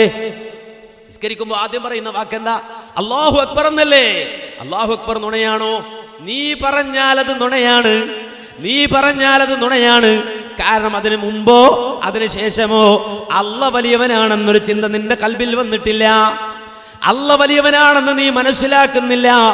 നിന്റെ ജീവിതത്തിലെ പ്രതിസന്ധികൾ തീർത്തു തരാൻ മാത്രം ഉന്നതനാണ് അല്ലാഹ് എന്ന് നീ മനസ്സിലാക്കുന്നില്ല. എന്നിട്ട് ഇടക്കിടക്ക് പള്ളിയിൽ വരൂ, ഖുതുബിയത്തും കഴിഞ്ഞാ വരുന്നത്. എന്നിട്ട് അവൻ പറയുന്നു അല്ലാഹു അക്ബർ, അല്ല വലിയവനാണ്. മോനെ, നീ അത് പറഞ്ഞാൽ നുണയല്ലയോ? കാരണം അതെ, അല്ലാഹുവിന് പുറമെ എത്ര ഇലാഹുകളാണ് നിന്റെ ഹൃദയത്തിൽ? റബ്ബിന് പുറമെ എത്ര ഇലാഹുകളാണ് നിന്റെ ഹൃദയത്തിൽ? ഇവിടെ കൃത്യമായി അടിവരയിട്ട് മനസ്സിലാക്കേണ്ട ഒരു കാര്യമുണ്ട്. നമ്മുടെ ഉസ്താദുമാരുടെ വാദെന്താ? ലാ ഇലാഹ ഇല്ലല്ലാഹ് പറയുന്നവരോടാണോ നിങ്ങൾ തൗഹീദ് പറയുന്നത്? നിസ്കരിക്കുന്നവരോടാണോ നിങ്ങൾ തൗഹീദ് പറയുന്നത്? അശ്ഹദു അല്ലാ ഇലാഹ ഇല്ലല്ലാഹ് പറയുന്നവരോടാണോ? അല്ലാഹു അക്ബർ പറയുന്നവരോടാണോ നീ തൗഹീദ് പറയുന്നത് എന്ന് ഉസ്താദുമാർ ചോദിക്കുകയാ. എന്നാൽ ശൈഖ് ജീലാനി തൗഹീദ് പറഞ്ഞത് ലാ ഇലാഹ ഇല്ലല്ലാഹ് പറഞ്ഞവരോടാ, ലാ ഇലാഹ ഇല്ലല്ലാഹ് പ്രഖ്യാപിച്ചവരോടാ. അതുകൊണ്ട് ആ മലപ്പുറത്തൊരു മുഖാമുഖം നടന്ന് നിങ്ങൾ ഓർക്കുന്നുണ്ടോ? അവിടെ ശൈഖ് ജീലാനിയുടെ കിതാബ് വായിച്ചപ്പോ ഒരു മുസ്ലിയാർ വന്ന് പറഞ്ഞത് എന്താ? അത് സൂഫികളുടെ മതമാ, നമ്മുടെ മതമല്ല. ഓർമ്മയുണ്ടോ? മലപ്പുറം മുഖാമുഖത്തിൽ മുസ്ലിയാർ വന്ന് പറയുന്നത് അത് സൂഫികളുടെ മതമാണ്, നമുക്കല്ല. അവരുടെ തൗഹീദാണ്, നമ്മുടെ തൗഹീദല്ല. അപ്പൊ അവർക്കൊരു തൗഹീദ്, നമുക്ക് വേറെ തൗഹീദ്. അമ്പിയാക്കൾക്കൊരു തൗഹീദ്, അനുയായികൾക്ക് വേറെ തൗഹീദ്. എത്ര തൗഹീദാ? തൗഹീദ് എന്ന് പറഞ്ഞാൽ തന്നെ ഏകമാക്കൽ എന്നാണ്, ഒന്നാക്കൽ എന്നാണ്. അവിടെ തന്നെ ഒരുപാടുണ്ടായാലോ. അമ്പിയാക്കൾക്ക് ഒരു തൗഹീദ്, സൂഫികൾക്ക് വേറെ തൗഹീദ്, തരീഖത്തുകാരന് വേറെ തൗഹീദ്, ആമുകളായ സാധാരണക്കാരന് വേറെ തൗഹീദ്. അങ്ങനെ ഉണ്ടാവോ? ഇല്ല. മാത്രമല്ല, ശൈഖ് ജീലാനി ചോദിക്കുന്നത് നാടന്മാരായ തന്റെ മുന്നിൽ വാള് കേൾക്കാൻ വന്നിരിക്കുന്നവരോടാ ചോദിക്കുന്നത്. നീ നിസ്കരിക്കുമ്പോൾ അല്ലാഹു അക്ബർ എന്ന് പറയുമ്പോ എത്ര കള്ളദൈവമാടാ നിന്റെ ഹൃദയത്തിലുള്ളത്? എത്ര ഇലാഹുകളാടാ നിന്റെ ഹൃദയത്തിലുള്ളത്? ആരാണ് ഈ മുന്നിൽ വന്നിരിക്കുന്ന പള്ളിയിൽ പോകുന്ന നിസ്കരിക്കുന്ന മനുഷ്യന്റെ മനസ്സിൽ കയറിയിരിക്കുന്ന ഇലാഹ്? അത് വേറെ ആരുമല്ല. കുല്ലു മാ തഅ്തമിദു അലൈഹി ഫഹുവ ഇലാഹുക കുല്ലു ശൈഇൻ തഖാഫു മിൻഹു വതർജൂഹു ഫഹുവ ഇലാഹുക. നിന്റെ ജീവിതത്തിൽ നീ ഇഅ്തിമാദ് ചെയ്യുന്നത് മുഴുവനും, നീ അവലംബമാക്കുന്നത് മുഴുവനും നിന്റെ ഇലാഹാണ്. ഏതൊരു ശക്തിയാണോ നീ അവലംബിക്കുന്നത് അത് നിന്റെ ഇലാഹാണ്. കുല്ലു ശൈഇൻ തഖാഫു മിൻഹു വതർജൂഹു ഫഹുവ ഇലാഹുക. ഏതൊരു കേന്ദ്രത്തെയാണ് നീ ഭയപ്പെടുന്നത്, ഏതൊരു കേന്ദ്രത്തിലാണ് നീ പ്രതീക്ഷ അർപ്പിക്കുന്നത്? വഴിയിലൂടെ നടന്നു പോകുമ്പോ കറുത്ത ഒരു പൂച്ച വട്ടം ചാടിയ യാത്ര അവസാനിപ്പിച്ചവൻ തിരിച്ചു പോരുകയാ. കാരണം അവൻ പൂച്ചയെ പേടിക്കുന്നു. അതെ, രാത്രികാലങ്ങളിൽ ഒരു കൂമനിരുന്ന് മരത്തിലിരുന്ന് മൂളിയാൽ ഇവൻ ഭയപ്പെടുകയാ. പാവപ്പെട്ട ഒരു പക്ഷിയെ ഇവൻ പേടിക്കുന്നു. അതുപോലെ തന്നെ നമുക്കറിയാം, ഒരുപാട് ശക്തികളെ മനുഷ്യൻ ഭൗതിക ലോകത്ത് പേടിക്കുന്നു. എത്രത്തോളം? ഒരു കുറ്റിച്ചൂലിനെ പോലും മനുഷ്യൻ ഭയപ്പെടുകയാ. രാവിലെ ഉറക്കിൽ നിന്ന് എഴുന്നേറ്റ് വരുമ്പോ മുന്നിൽ കണ്ട ഒരു കുറ്റിച്ചൂല് പോലും ഒരു മനുഷ്യനെ ഭയപ്പെടുത്തുകയാണെങ്കിൽ അള്ളാഹുവിന് പുറമെ ഇങ്ങനെ നീ ഭയപ്പെടുന്ന സർവശക്തികളും നിന്റെ ഇലാഹാണ്. അതുപോലെ തന്നെ അള്ളാഹുവിന് പുറമെ ഏതെല്ലാം ശക്തികളിൽ നിന്ന് നീ പ്രതീക്ഷിക്കുന്നുവോ അത് മുഴുവനും നിന്റെ ഇലാഹാണ്. ഇത്തരത്തിൽ ആയിരക്കണക്കിന് ഇലാഹുകള് ഹൃദയത്തിന്റെ ഉള്ളിൽ കയറ്റിവെച്ച് അല്ലാഹു അക്ബർ പറയാൻ വന്നതാണോ നീ? ഖൽബുക ലാ യുവാഫിഖു ലിസാനക വഫഇലുക ലാ യുവാഫിഖു ഖൗലക. നിന്റെ നാവും നിന്റെ ഹൃദയവും യോജിക്കുന്നില്ല കേട്ടോ. നിന്റെ നാവും നിന്റെ ഹൃദയവും യോജിക്കുന്നില്ല, നിന്റെ ഖൗലും നിന്റെ ഫിഅലും യോജിക്കുന്നില്ല. നാവിൽ ലാ ഇലാഹ ഇല്ലല്ലാഹ് അല്ലാഹു അക്ബർ, പക്ഷേ കൽബിലില്ല, ഹൃദയത്തിലില്ല. അതുകൊണ്ട് മോനെ, ഖുൽ അല്ലാഹു അക്ബർ അൽഫ മറത്തിൻ ബിഖൽബിക വമറതൻ ബിലിസാനിക. അതെ, മിണ്ടിയാൽ തക്ബീറാണല്ലോ. ഉസ്താദ് വന്നാൽ തക്ബീർ, ഉസ്താദ് പോയാൽ തക്ബീർ, ഉസ്താദ് തുപ്പിയാൽ വരെ തക്ബീർ. അങ്ങനെ തുപ്പിക്കൊടുക്കുക, മനസ്സിലാക്കണം. തുപ്പിക്കൊടുക്കുക. ഇത് കുറച്ച് കഴിയുമ്പോൾ ഇതൊക്കെ മാറുമെന്ന് നമുക്ക് അറിഞ്ഞൂടാ. ഇതൊക്കെ ഓരോന്നോരോന്നിങ്ങനെ മാറി വരും. കാര്യം ഇപ്പോൾ മൂത്രം കുടിച്ചതും അതുപോലെ തന്നെ വിയർപ്പ്, ആ രൂപത്തിലുള്ള സംഗതികളൊക്കെ ഉസ്താദുമാരിങ്ങനെ വാത് പറയാണ്. ഇതൊക്കെ പറഞ്ഞ് പഠിപ്പിച്ചിട്ട് അവസാനം മൂപ്പര് തന്നെ തുപ്പാൻ തുടങ്ങുകയാണ്. ഈ രൂപത്തിൽ പലതും നമ്മുടെ നാട്ടിൽ നടക്കുകയാണ്. അള്ളാഹു കാത്തുരക്ഷിക്കുമാറാകട്ടെ. വല്ലാത്തൊരു ലോകം ഇത്. ആർക്കും ഇവിടെ എന്തും കൊണ്ടുവരാം. മുടി മാത്രമല്ല, പൊടി മാത്രമല്ല, ചട്ടി മാത്രമല്ല, തുപ്പലും വിലയുള്ളതാണ് എന്ന് ഇവിടെ തെളിയിക്കുകയാണ്. അള്ളാഹു കാത്തുരക്ഷിക്കട്ടെ. ഞാൻ അങ്ങോട്ട് പോവല്ല, വിഷയം മാറിപ്പോവല്ല. ഈ രൂപത്തിൽ എന്ത് ചെയ്താലും തക്ബീർ, എന്തിനും തക്ബീർ. ഒരു കഥ പറയാറുണ്ട്. കണ്ണൂർ ഭാഗത്ത് എവിടെയോ സംഭവിച്ചൊരു കഥ ഇങ്ങനെ പറഞ്ഞു കേട്ടിട്ടുണ്ട്. അതായത് അവിടെ ഒരു വർഗീയ സംഘർഷമുണ്ടായി. അവിടെ ഒരു ഭാഗത്ത് മുസ്ലിങ്ങളാ, മറുഭാഗത്ത് വേറെ ചില ആളുകളാ. ഒരു കൊടിയുടെ പേരിലാ പ്രശ്നം. അവസാനം ആ കൊടിയുടെ പേര് പ്രശ്നമായി, വാക്കേറ്റായി. രണ്ട് ഭാഗത്തും ആളുകൾ അവിടെ തമ്പടിച്ചു, ശക്തിവത്തായി. ഓരോരുത്തരും കരുത്ത് തെളിയിക്കാൻ വേണ്ടി ഇങ്ങനെ നിൽക്കുകയാണ്. കോഴിയെ പോലെ, പോരുകോഴിയെ പോലെ ഇങ്ങനെ ഉഷാറായിട്ട് രണ്ട് ഭാഗത്തും ആളുകൾ നിൽക്കുമ്പോൾ കൂട്ടത്തിൽ ഒരു കാക്ക വിളിച്ചു, അല്ലാഹു അക്ബർ, ഒരു തക്ബീർ. മറ്റേ ഭാഗത്ത് വന്ന ആൾക്കാർ മണ്ടിയെന്നാണ്, ഓടിക്കളഞ്ഞു. ഓടുന്ന ഓട്ടത്തിൽ ആൾ വിളിച്ചു പറഞ്ഞത്രേടാ, ഒരു പോത്തിനിറക്കോ പറയുന്ന കാര്യം പറയുന്നത് കേട്ടോ, ഓടിക്കോ. ഉണ്ടോ? ഇങ്ങനെ മിണ്ടിയാൽ അല്ലാഹു അക്ബർ. ശൈഖ് ജീലാനി പറഞ്ഞു, അടക്കടാ നിന്റെ വാ, മതി നീ അല്ലാഹു അക്ബർ വിളിച്ചത്. നിന്റെ തൊള്ള കൊണ്ട് കാണുന്നിടത്ത് മുഴുവൻ എവിടെ വെച്ചും അല്ലാഹു അക്ബർ. വേറെ മുസ്ലിം അനുഭവം പറഞ്ഞത്, ഒരു ബസ്, കോഴിക്കോട് ജില്ലയിൽ ഒരു ബസ് ഇങ്ങനെ പോവാണ്. പോകുമ്പോ നമ്മുടെ കിളിയുണ്ടല്ലോ, വിളിച്ചു, ആളുകളെ വിളിച്ചു, കാന്തപുരം. അപ്പൊ ഒരു മുസ്ലിം അല്ലാത്ത അല്ലാഹു അക്ബർ അല്ലാത്ത ബസ് ആ വഴിക്ക് പോണ ഒരു ബസ്സാണ്. അപ്പൊ കാന്തപുരം എന്നുള്ള ആ സ്ഥലപ്പേര് വിളിച്ചു പറഞ്ഞപ്പോ അതിനും അല്ലാഹു അക്ബർ. ഇങ്ങനെ മിണ്ടിയാൽ അല്ലാഹു അക്ബർ പറയുന്നവനെ നിർത്ത് നിന്റെ അല്ലാഹു അക്ബർ. വായടക്ക് നീ. കുറെ വിളിച്ചല്ലോ അല്ലാഹു അക്ബർ. ആ അല്ലാഹു അക്ബർ നീ വായടക്ക്, കുൽ അല്ലാഹു അക്ബർ അൽഫ മർറ, 1000 വട്ടം നീ അല്ലാഹു അക്ബർ എന്ന് പറ.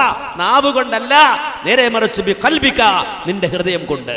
വമറതം ബിലിസാനിക, 1000 വട്ടം നിന്റെ ഹൃദയം കൊണ്ട് പറഞ്ഞിട്ട് 1 വട്ടം നിന്റെ തൊള്ള കൊണ്ട് പറ. 1 വട്ടം നീ നിന്റെ തൊള്ള കൊണ്ട് പറഞ്ഞാൽ മതി, 1000 വട്ടം നിന്റെ ഹൃദയം കൊണ്ട് പറ.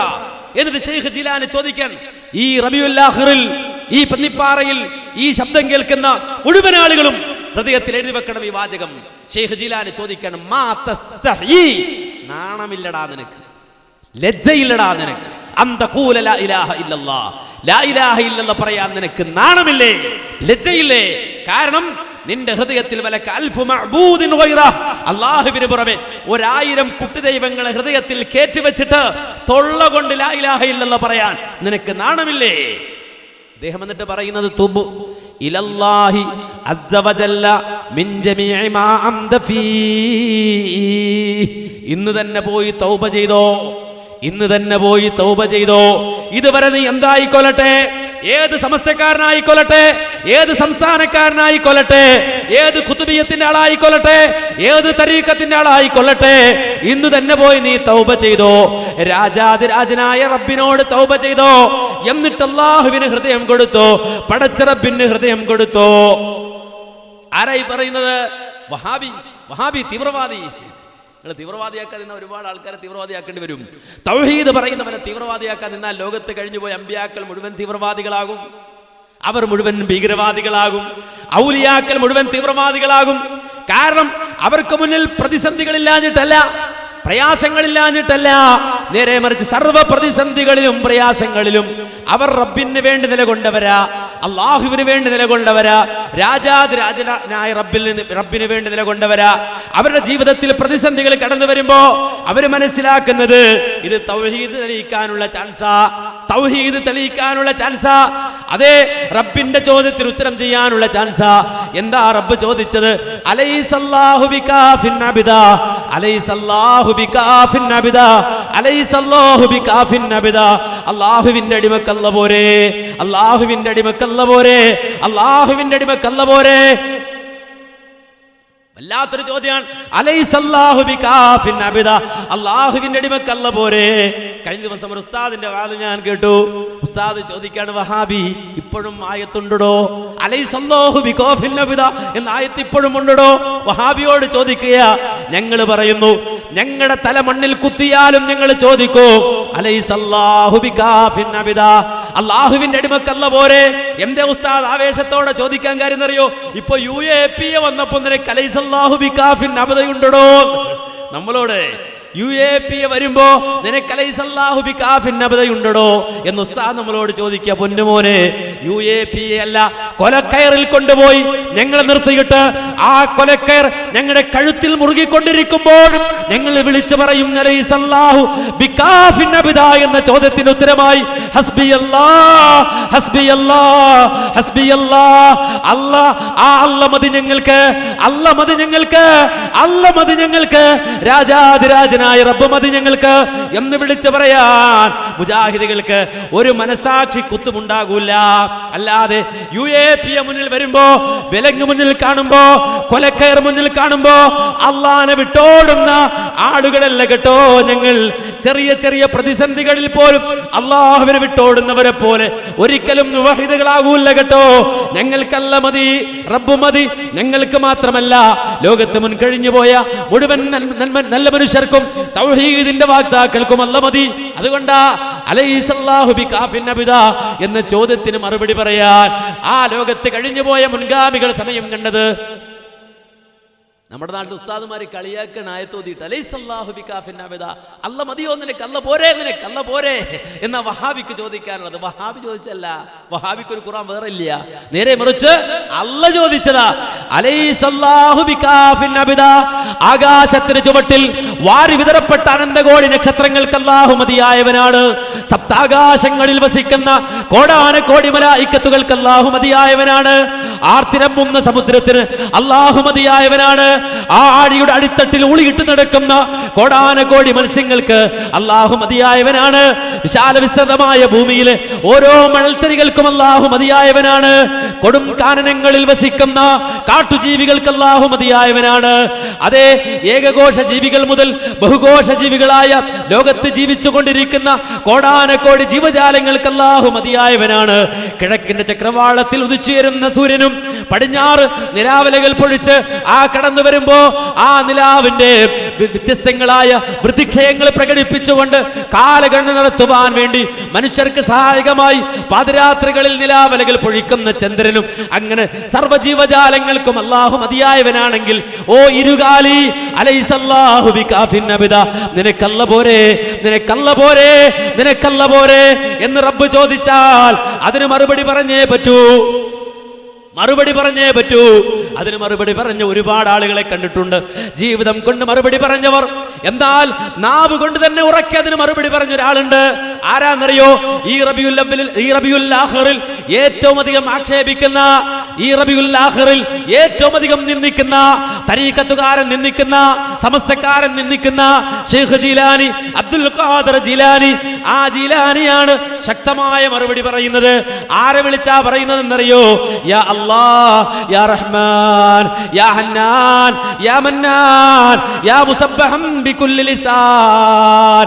മന്നാനായ, ഹന്നാനായ, അതുപോലെ സർവനാവുകൾ കൊണ്ടും തസ്ബീഹ് ചെയ്യപ്പെടുന്നവനായ റഹ്മാനായ അല്ലാഹ്. യാ കാഫി മുഹമ്മദൻ സല്ലല്ലാഹു അലൈഹി വസല്ലം അൽ-അഹ്സാൻ. ലോകത്തിന്റെ നേതാവായി കടന്നു വന്ന ഹബീബുന മുഹമ്മദ് മുസ്തഫ സല്ലല്ലാഹു അലൈഹി വസല്ലമയുടെ ജീവിതത്തിൽ സർവ പ്രതിസന്ധികളിലും ആ നബിക്ക് മതിയായവനായ അല്ലാഹ്, ആ നബി പട്ടിണി കിടക്കേണ്ടി വന്നു. ഷൈബ് അബി ത്വാലിബിന്റെ മലഞ്ചെരുവിൽ 2 കൊല്ലം പച്ചല നിന്ന് ജീവിക്കേണ്ടി വന്നു. ഒരു നേരത്തെ ആഹാരം പോലും കൊടുക്കാതെ ആ പ്രവാചകനെ പ്രയാസപ്പെടുത്തിയപ്പോഴും അവസാനം ആ റസൂലുള്ളാഹിയുടെ തലക്ക് വില പറഞ്ഞപ്പോഴും ആ കാലഘട്ടത്തിലെ ഫാഷിസ്റ്റുകൾ പ്രവാചകന്റെ തല കൊയ്യാൻ വേണ്ടി ഓർഡർ ഇട്ടപ്പോഴും അവസാനം നാടുവിടേണ്ടി വന്നപ്പോഴും തൗർ ഗുഹയിൽ ഒളിച്ചിരുന്നപ്പോഴും അങ്ങനെ ജീവിതത്തിന്റെ പ്രതിസന്ധികളിൽ മുഴുവനും ആ നബിക്ക് അല്ലാഹ് മതിയായവനായിരുന്നു. രാജാതിരാജനായ മലിക്കുൽ ജബ്ബാറായ അല്ലാഹുവിനെ വിട്ട് ഒരു ശക്തിയിലേക്കും ആ റസൂല് പോയിട്ടില്ലെങ്കിൽ എന്റെ നബിക്ക് മതിയായവനായ അല്ലാഹ്. വയാ കാഫി ഇബ്രാഹിം അലൈഹിസ്സലാത്തു വസ്സലാം അൻ-നിറാൻ.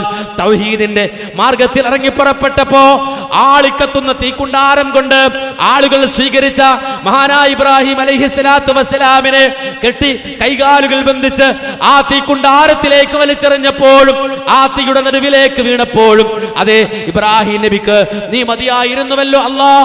അതുകൊണ്ടല്ലേ അവിടെ കിടന്ന് ഇബ്രാഹിം നബി പറഞ്ഞത് ഹസ്ബി അല്ലാഹ്, ഹസ്ബി അല്ലാഹ്, ഹസ്ബി അല്ലാഹ്. എന്റെ പച്ചമാംസത്തിലേക്ക് തീ പടർന്നു കയറുമ്പോഴും എനിക്കല്ല മതി, എനിക്കല്ല മതി എന്ന് ഇബ്രാഹിം നബി വിളിച്ചു പറഞ്ഞത് മുഹയ്യിദ്ദീൻ ശൈഖ് ഓർത്തുകൊണ്ട് പറയുന്നത് ആ ഇബ്രാഹിം നബിക്ക് മതിയായവനായ അല്ലാഹ്.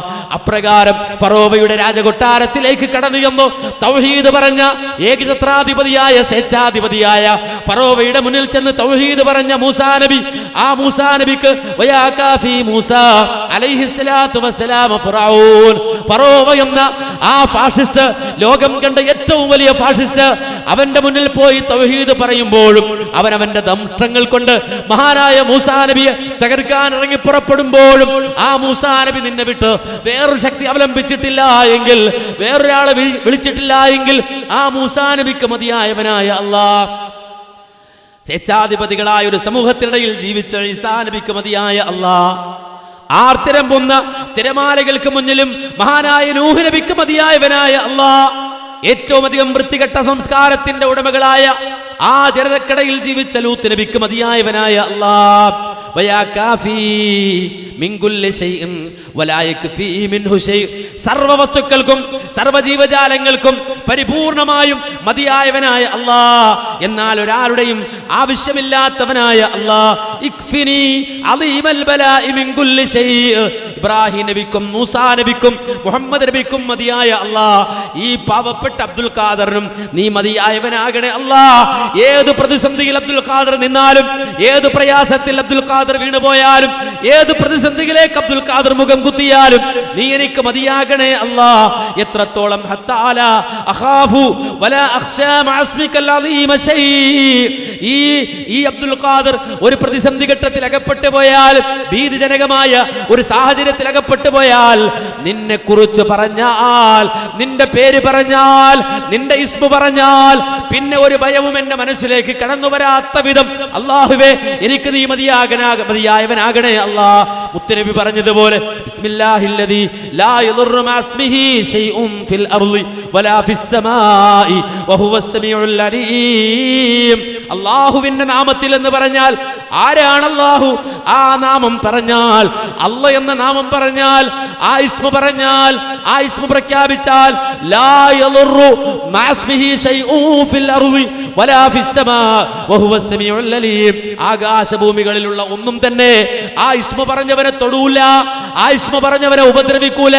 ആ നിലക്ക് പ്രതാപത്തിന്റെ ഉടമയായ അല്ലാഹു, ആ ജലാലത്തിന്റെ ഉസ്മിന്റെ ഉടമയായ റബ്ബ്, ആ റബ്ബേ നീ എനിക്ക് മതിയായവനാകണേ എന്ന് പറഞ്ഞ ശൈഖ് ജീലാനി, ആ ജീലാനിയുടെ പേരിൽ റാത്തീബ് ഉണ്ടാക്കിയവൻ, ആ ജീലാനിയുടെ പേരിൽ മൗലിദ് ഉണ്ടാക്കിയവൻ, ആ ജീലാനിയുടെ പേരിൽ ഖുത്ബിയത്ത് ഉണ്ടാക്കിയവൻ ജീലാനി വിളിച്ച് തൗഹീദ് തകർക്കുന്നു. ജീലാനി മാത്രമല്ല, അവിടെ ഇങ്ങോട്ട് താഴെയുള്ള എത്രയെത്രയോ ശക്തികൾ, എത്രയെത്രയോ ആളുകൾ, ഔലിയാക്കന്മാർ അവരുടെ ഖബറുകൾ കെട്ടിപ്പൊക്കി അവിടെ പോകുന്നു. എന്തിനാണെന്നറിയോ? നേർച്ച നേരാൻ, അവരോട് അവലാദികൾ പറയാൻ, ആവശ്യങ്ങൾ നിറവേറാൻ. തകർന്നു വീഴുന്നത് തൗഹീദാ, സംശയമില്ല. തകർത്തെറിയുന്നത് തൗഹീദാ, സംശയമില്ല. കാരണം അല്ലാഹ് പറഞ്ഞില്ല നിങ്ങളോട്, അല്ലാഹുവിന്റെ റസൂൽ പറഞ്ഞില്ല നിങ്ങളോട്, അല്ലാഹുവോ അല്ലാഹുവിന്റെ റസൂലോ പറഞ്ഞില്ല എന്ന് മാത്രമല്ല, ഒരു ജാറവും കെട്ടിപ്പൊക്കി അവിടെ പോയി നിങ്ങൾ അവലാദികൾ പറയാൻ, വേവലാദികൾ പറയാൻ അല്ലയോ റസൂലോ പറഞ്ഞില്ലെന്ന് മാത്രമല്ല, ലോകത്തിന്റെ നേതാവ് ഈ ലോകത്ത് വിട ചോദിക്കുന്ന രംഗം, ആ രംഗം ഹദീസിന്റെ താളുകളിൽ വ്യക്തമാണല്ലോ. ആ ഹബീബ് സല്ലല്ലാഹു അലൈഹി വസല്ലമ അതേ ഹിജ്റ 11 റബീഉൽ അവ്വൽ മാസത്തിൽ 12 പ്രവാചകൻ ഈ ലോകത്ത് നിന്ന് യാത്ര പറയുന്ന ദിവസം, ആ ദിവസം പോലും മുസ്ലിം ഉമ്മത്ത് ആഘോഷിക്കുന്ന ദിവസമാ, ആനന്ദിക്കുന്ന ദിവസമാ, സന്തോഷിക്കുന്ന ദിവസമാ. ആ രൂപത്തിൽ അല്ലാഹുവിന്റെ റസൂലിനെ മുസ്ലിം ഉമ്മത്ത് അവഗണിക്കുന്നുണ്ട് ഒരു ഭാഗത്ത്. എന്നാൽ അതേ ഹിജ്റ 11 വർഷം റബീഉൽ അവ്വൽ 12 അന്ന് അല്ലാഹുവിന്റെ റസൂൽ സല്ലല്ലാഹു അലൈഹി വസല്ലമ ആയിഷുമ്മാന്റെ വീട്ടിൽ കിടക്കുകയാ. അന്നത്തെ സുബഹിന്റെ നേരമായപ്പോ അതേ മഹാനായ റസൂലുള്ളാഹിന്റെ മസ്ജിദുൻ നബവി പ്രവാചകന്റെ പള്ളിയിൽ നിന്ന് ബിലാൽ ബാങ്ക് കൊടുക്കുകയാ. അസ്സലാത്തു ഖൈറും മിനൻ നൗം, അസ്സലാത്തു ഖൈറും മിനൻ നൗം എന്ന മദീനത്തെ പള്ളിയിൽ നിന്ന് ബിലാലിന്റെ ശബ്ദമുയരുമ്പോ മദീന ഉണരുകയാ. വ്യത്യസ്തങ്ങളായ കോണുകളിൽ നിന്ന് വിശ്വാസികളായ ആളുകൾ മദീനയിലേക്ക് ഒഴുകിയെത്തുകയാ സുബഹി നിസ്കരിക്കാൻ. അവര് പള്ളിയിൽ വന്നു. അവര് പള്ളിയിൽ വരുമ്പോ ഇതാ ആളുകൾ നമസ്കാരത്തിന് വേണ്ടി ഒരുങ്ങി നിൽക്കുമ്പോ അതിനിടയിൽ ദിവസങ്ങളായി പ്രവാചകൻ പള്ളിയിലേക്ക് വന്നിട്ട് പ്രവാചകൻ തളർന്നു കിടക്കുകയാണെന്നറിയുന്ന റസൂലുള്ളാഹിന്റെ സഹാബത്ത് ഇടക്കിടക്ക് പാളി നോക്കുന്നുണ്ട്. എങ്ങോട്ട്? ആയിഷുമ്മാന്റെ ഹുജറ, ആ ഹുജറയുടെ കവാടത്തിൽ വാതിലിട്ട കർട്ടന്റെ ഭാഗത്തേക്ക് എന്റെ നബി വരുമോ, എന്റെ റസൂല് വരുമോ എന്നറിയുവാൻ വേണ്ടി അല്ലാഹുവിന്റെ റസൂലിനെ അങ്ങേയറ്റം സ്നേഹിച്ച, പ്രവാചകനോട് ഹുബ്ബ് വെച്ച സ്വഹാബത്ത് അങ്ങോട്ട് ഇടക്കിടക്ക് പാളി നോക്കുമ്പോ അതിനിടയിൽ മഹദി ആയിഷ ബീവി റളിയല്ലാഹു അൻഹയുടെ ഹുജറയുടെ ആ കർട്ടൻ നീങ്ങുന്നത് കാണുകയാ സ്വഹാബത്ത്. അവർ അത്ഭുതത്തോടെ നോക്കുകയാണ് അങ്ങോട്ട്.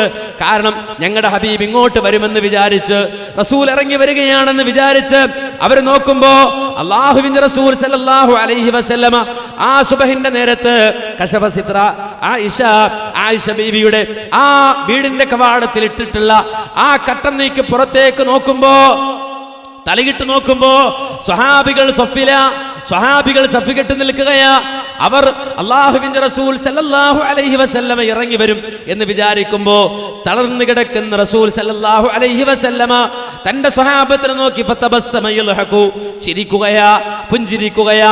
14-ാം രാവിൽ വാനത്ത് കടന്നു വരുന്ന പൂർണ്ണചന്ദ്രനേക്കാൾ സുന്ദരമായ ആ വദനത്തിന്റെ ഉടമയായ ഹബീബ് സല്ലല്ലാഹു അലൈഹി വസല്ലമ ചിരിച്ചുകൊണ്ടിരിക്കുമ്പോ ആ റസൂലുള്ളാഹിന്റെ മുഖത്ത് നിന്ന് കണ്ണെടുക്കാൻ കഴിയാതെ സ്വഹാബികൾ നബിയെ തന്നെ നോക്കി നിൽക്കുകയാ. എത്രത്തോളം അവരുടെ ആശങ്ക പ്രകടിപ്പിച്ചത്. വഹമ്മൽ മുസ്ലിമൂന അയ്യഫ്തതിനു ഫീ സ്വലാത്തിഹിം, അവരുടെ നിസ്കാരം പോലും ഫിത്നയിലായി പോകുമോ എന്നവർ സംശയിച്ചു പോയി.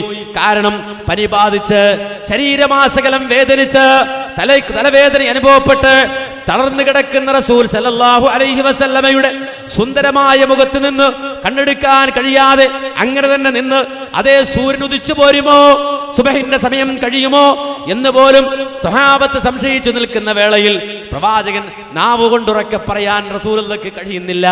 അതുകൊണ്ട് ഫഅശാറ ഇലൈഹിം അത്തിമ്മു സ്വലാത്തക്കും, കൈകൊണ്ട് റസൂൽ ആംഗ്യം കാണിക്കുകയാ, നിസ്കരിച്ചോളൂ, നിങ്ങൾ നിസ്കരിച്ചോളൂ, നിങ്ങൾ നിസ്കരിച്ചോളൂ എന്ന് ആംഗ്യം കാണിച്ച് ഫഅർഖ സിത്ര, അല്ലാഹുവിന്റെ റസൂൽ ആ കർട്ടൻ ക്ലോസ് ചെയ്യുകയാ. എന്നിട്ട് അല്ലാഹുവിന്റെ റസൂൽ സല്ലല്ലാഹു അലൈഹി വസല്ലമ തന്റെ തല അകത്തേക്ക് എടുക്കുമ്പോ അവസാനമായി നബി സല്ലല്ലാഹു അലൈഹി വസല്ലമ തന്റെ സ്വഹാബത്തിനെ നോക്കി കാണുമ്പോ ഹിജ്റ 11 റബീഉൽ അവ്വൽ 12 അന്ന് രാവിലെ സുബഹി നിസ്കാരം പ്രവാചകൻ തന്റെ വീട്ടിൽ തന്നെ നിർവഹിക്കുമ്പോ അല്ലാഹുവിന്റെ റസൂലുമായി അടുത്ത ആളുകൾ അവിടെ വന്നിട്ടുണ്ട്. പല ആളുകളും അവിടെ നിൽക്കുന്നുണ്ട്. ഫാത്തിമ ബീവി അവിടെ നിൽക്കുന്നുണ്ട്. റസൂലുള്ളാഹി സ്വല്ലല്ലാഹു അലൈഹി വസല്ലമയുടെ ഫോട്ടോ സ്റ്റാറ്റ് എന്ന് പറയാൻ കഴിയുന്ന, നബി ചിരിക്കുന്നത് പോലെ ചിരിക്കുന്ന, റസൂൽ നടക്കുന്നത് പോലെ നടക്കുന്ന, ഹബീബ് സംസാരിക്കുന്നത് പോലെ സംസാരിക്കുന്ന മഹദി ഫാത്തിമ റളിയല്ലാഹു അൻഹ അടുത്ത് നിൽക്കുമ്പോൾ അല്ലാഹുവിന്റെ റസൂൽ തന്റെ മകളെ അടുത്തേക്ക് വിളിക്കുന്നു.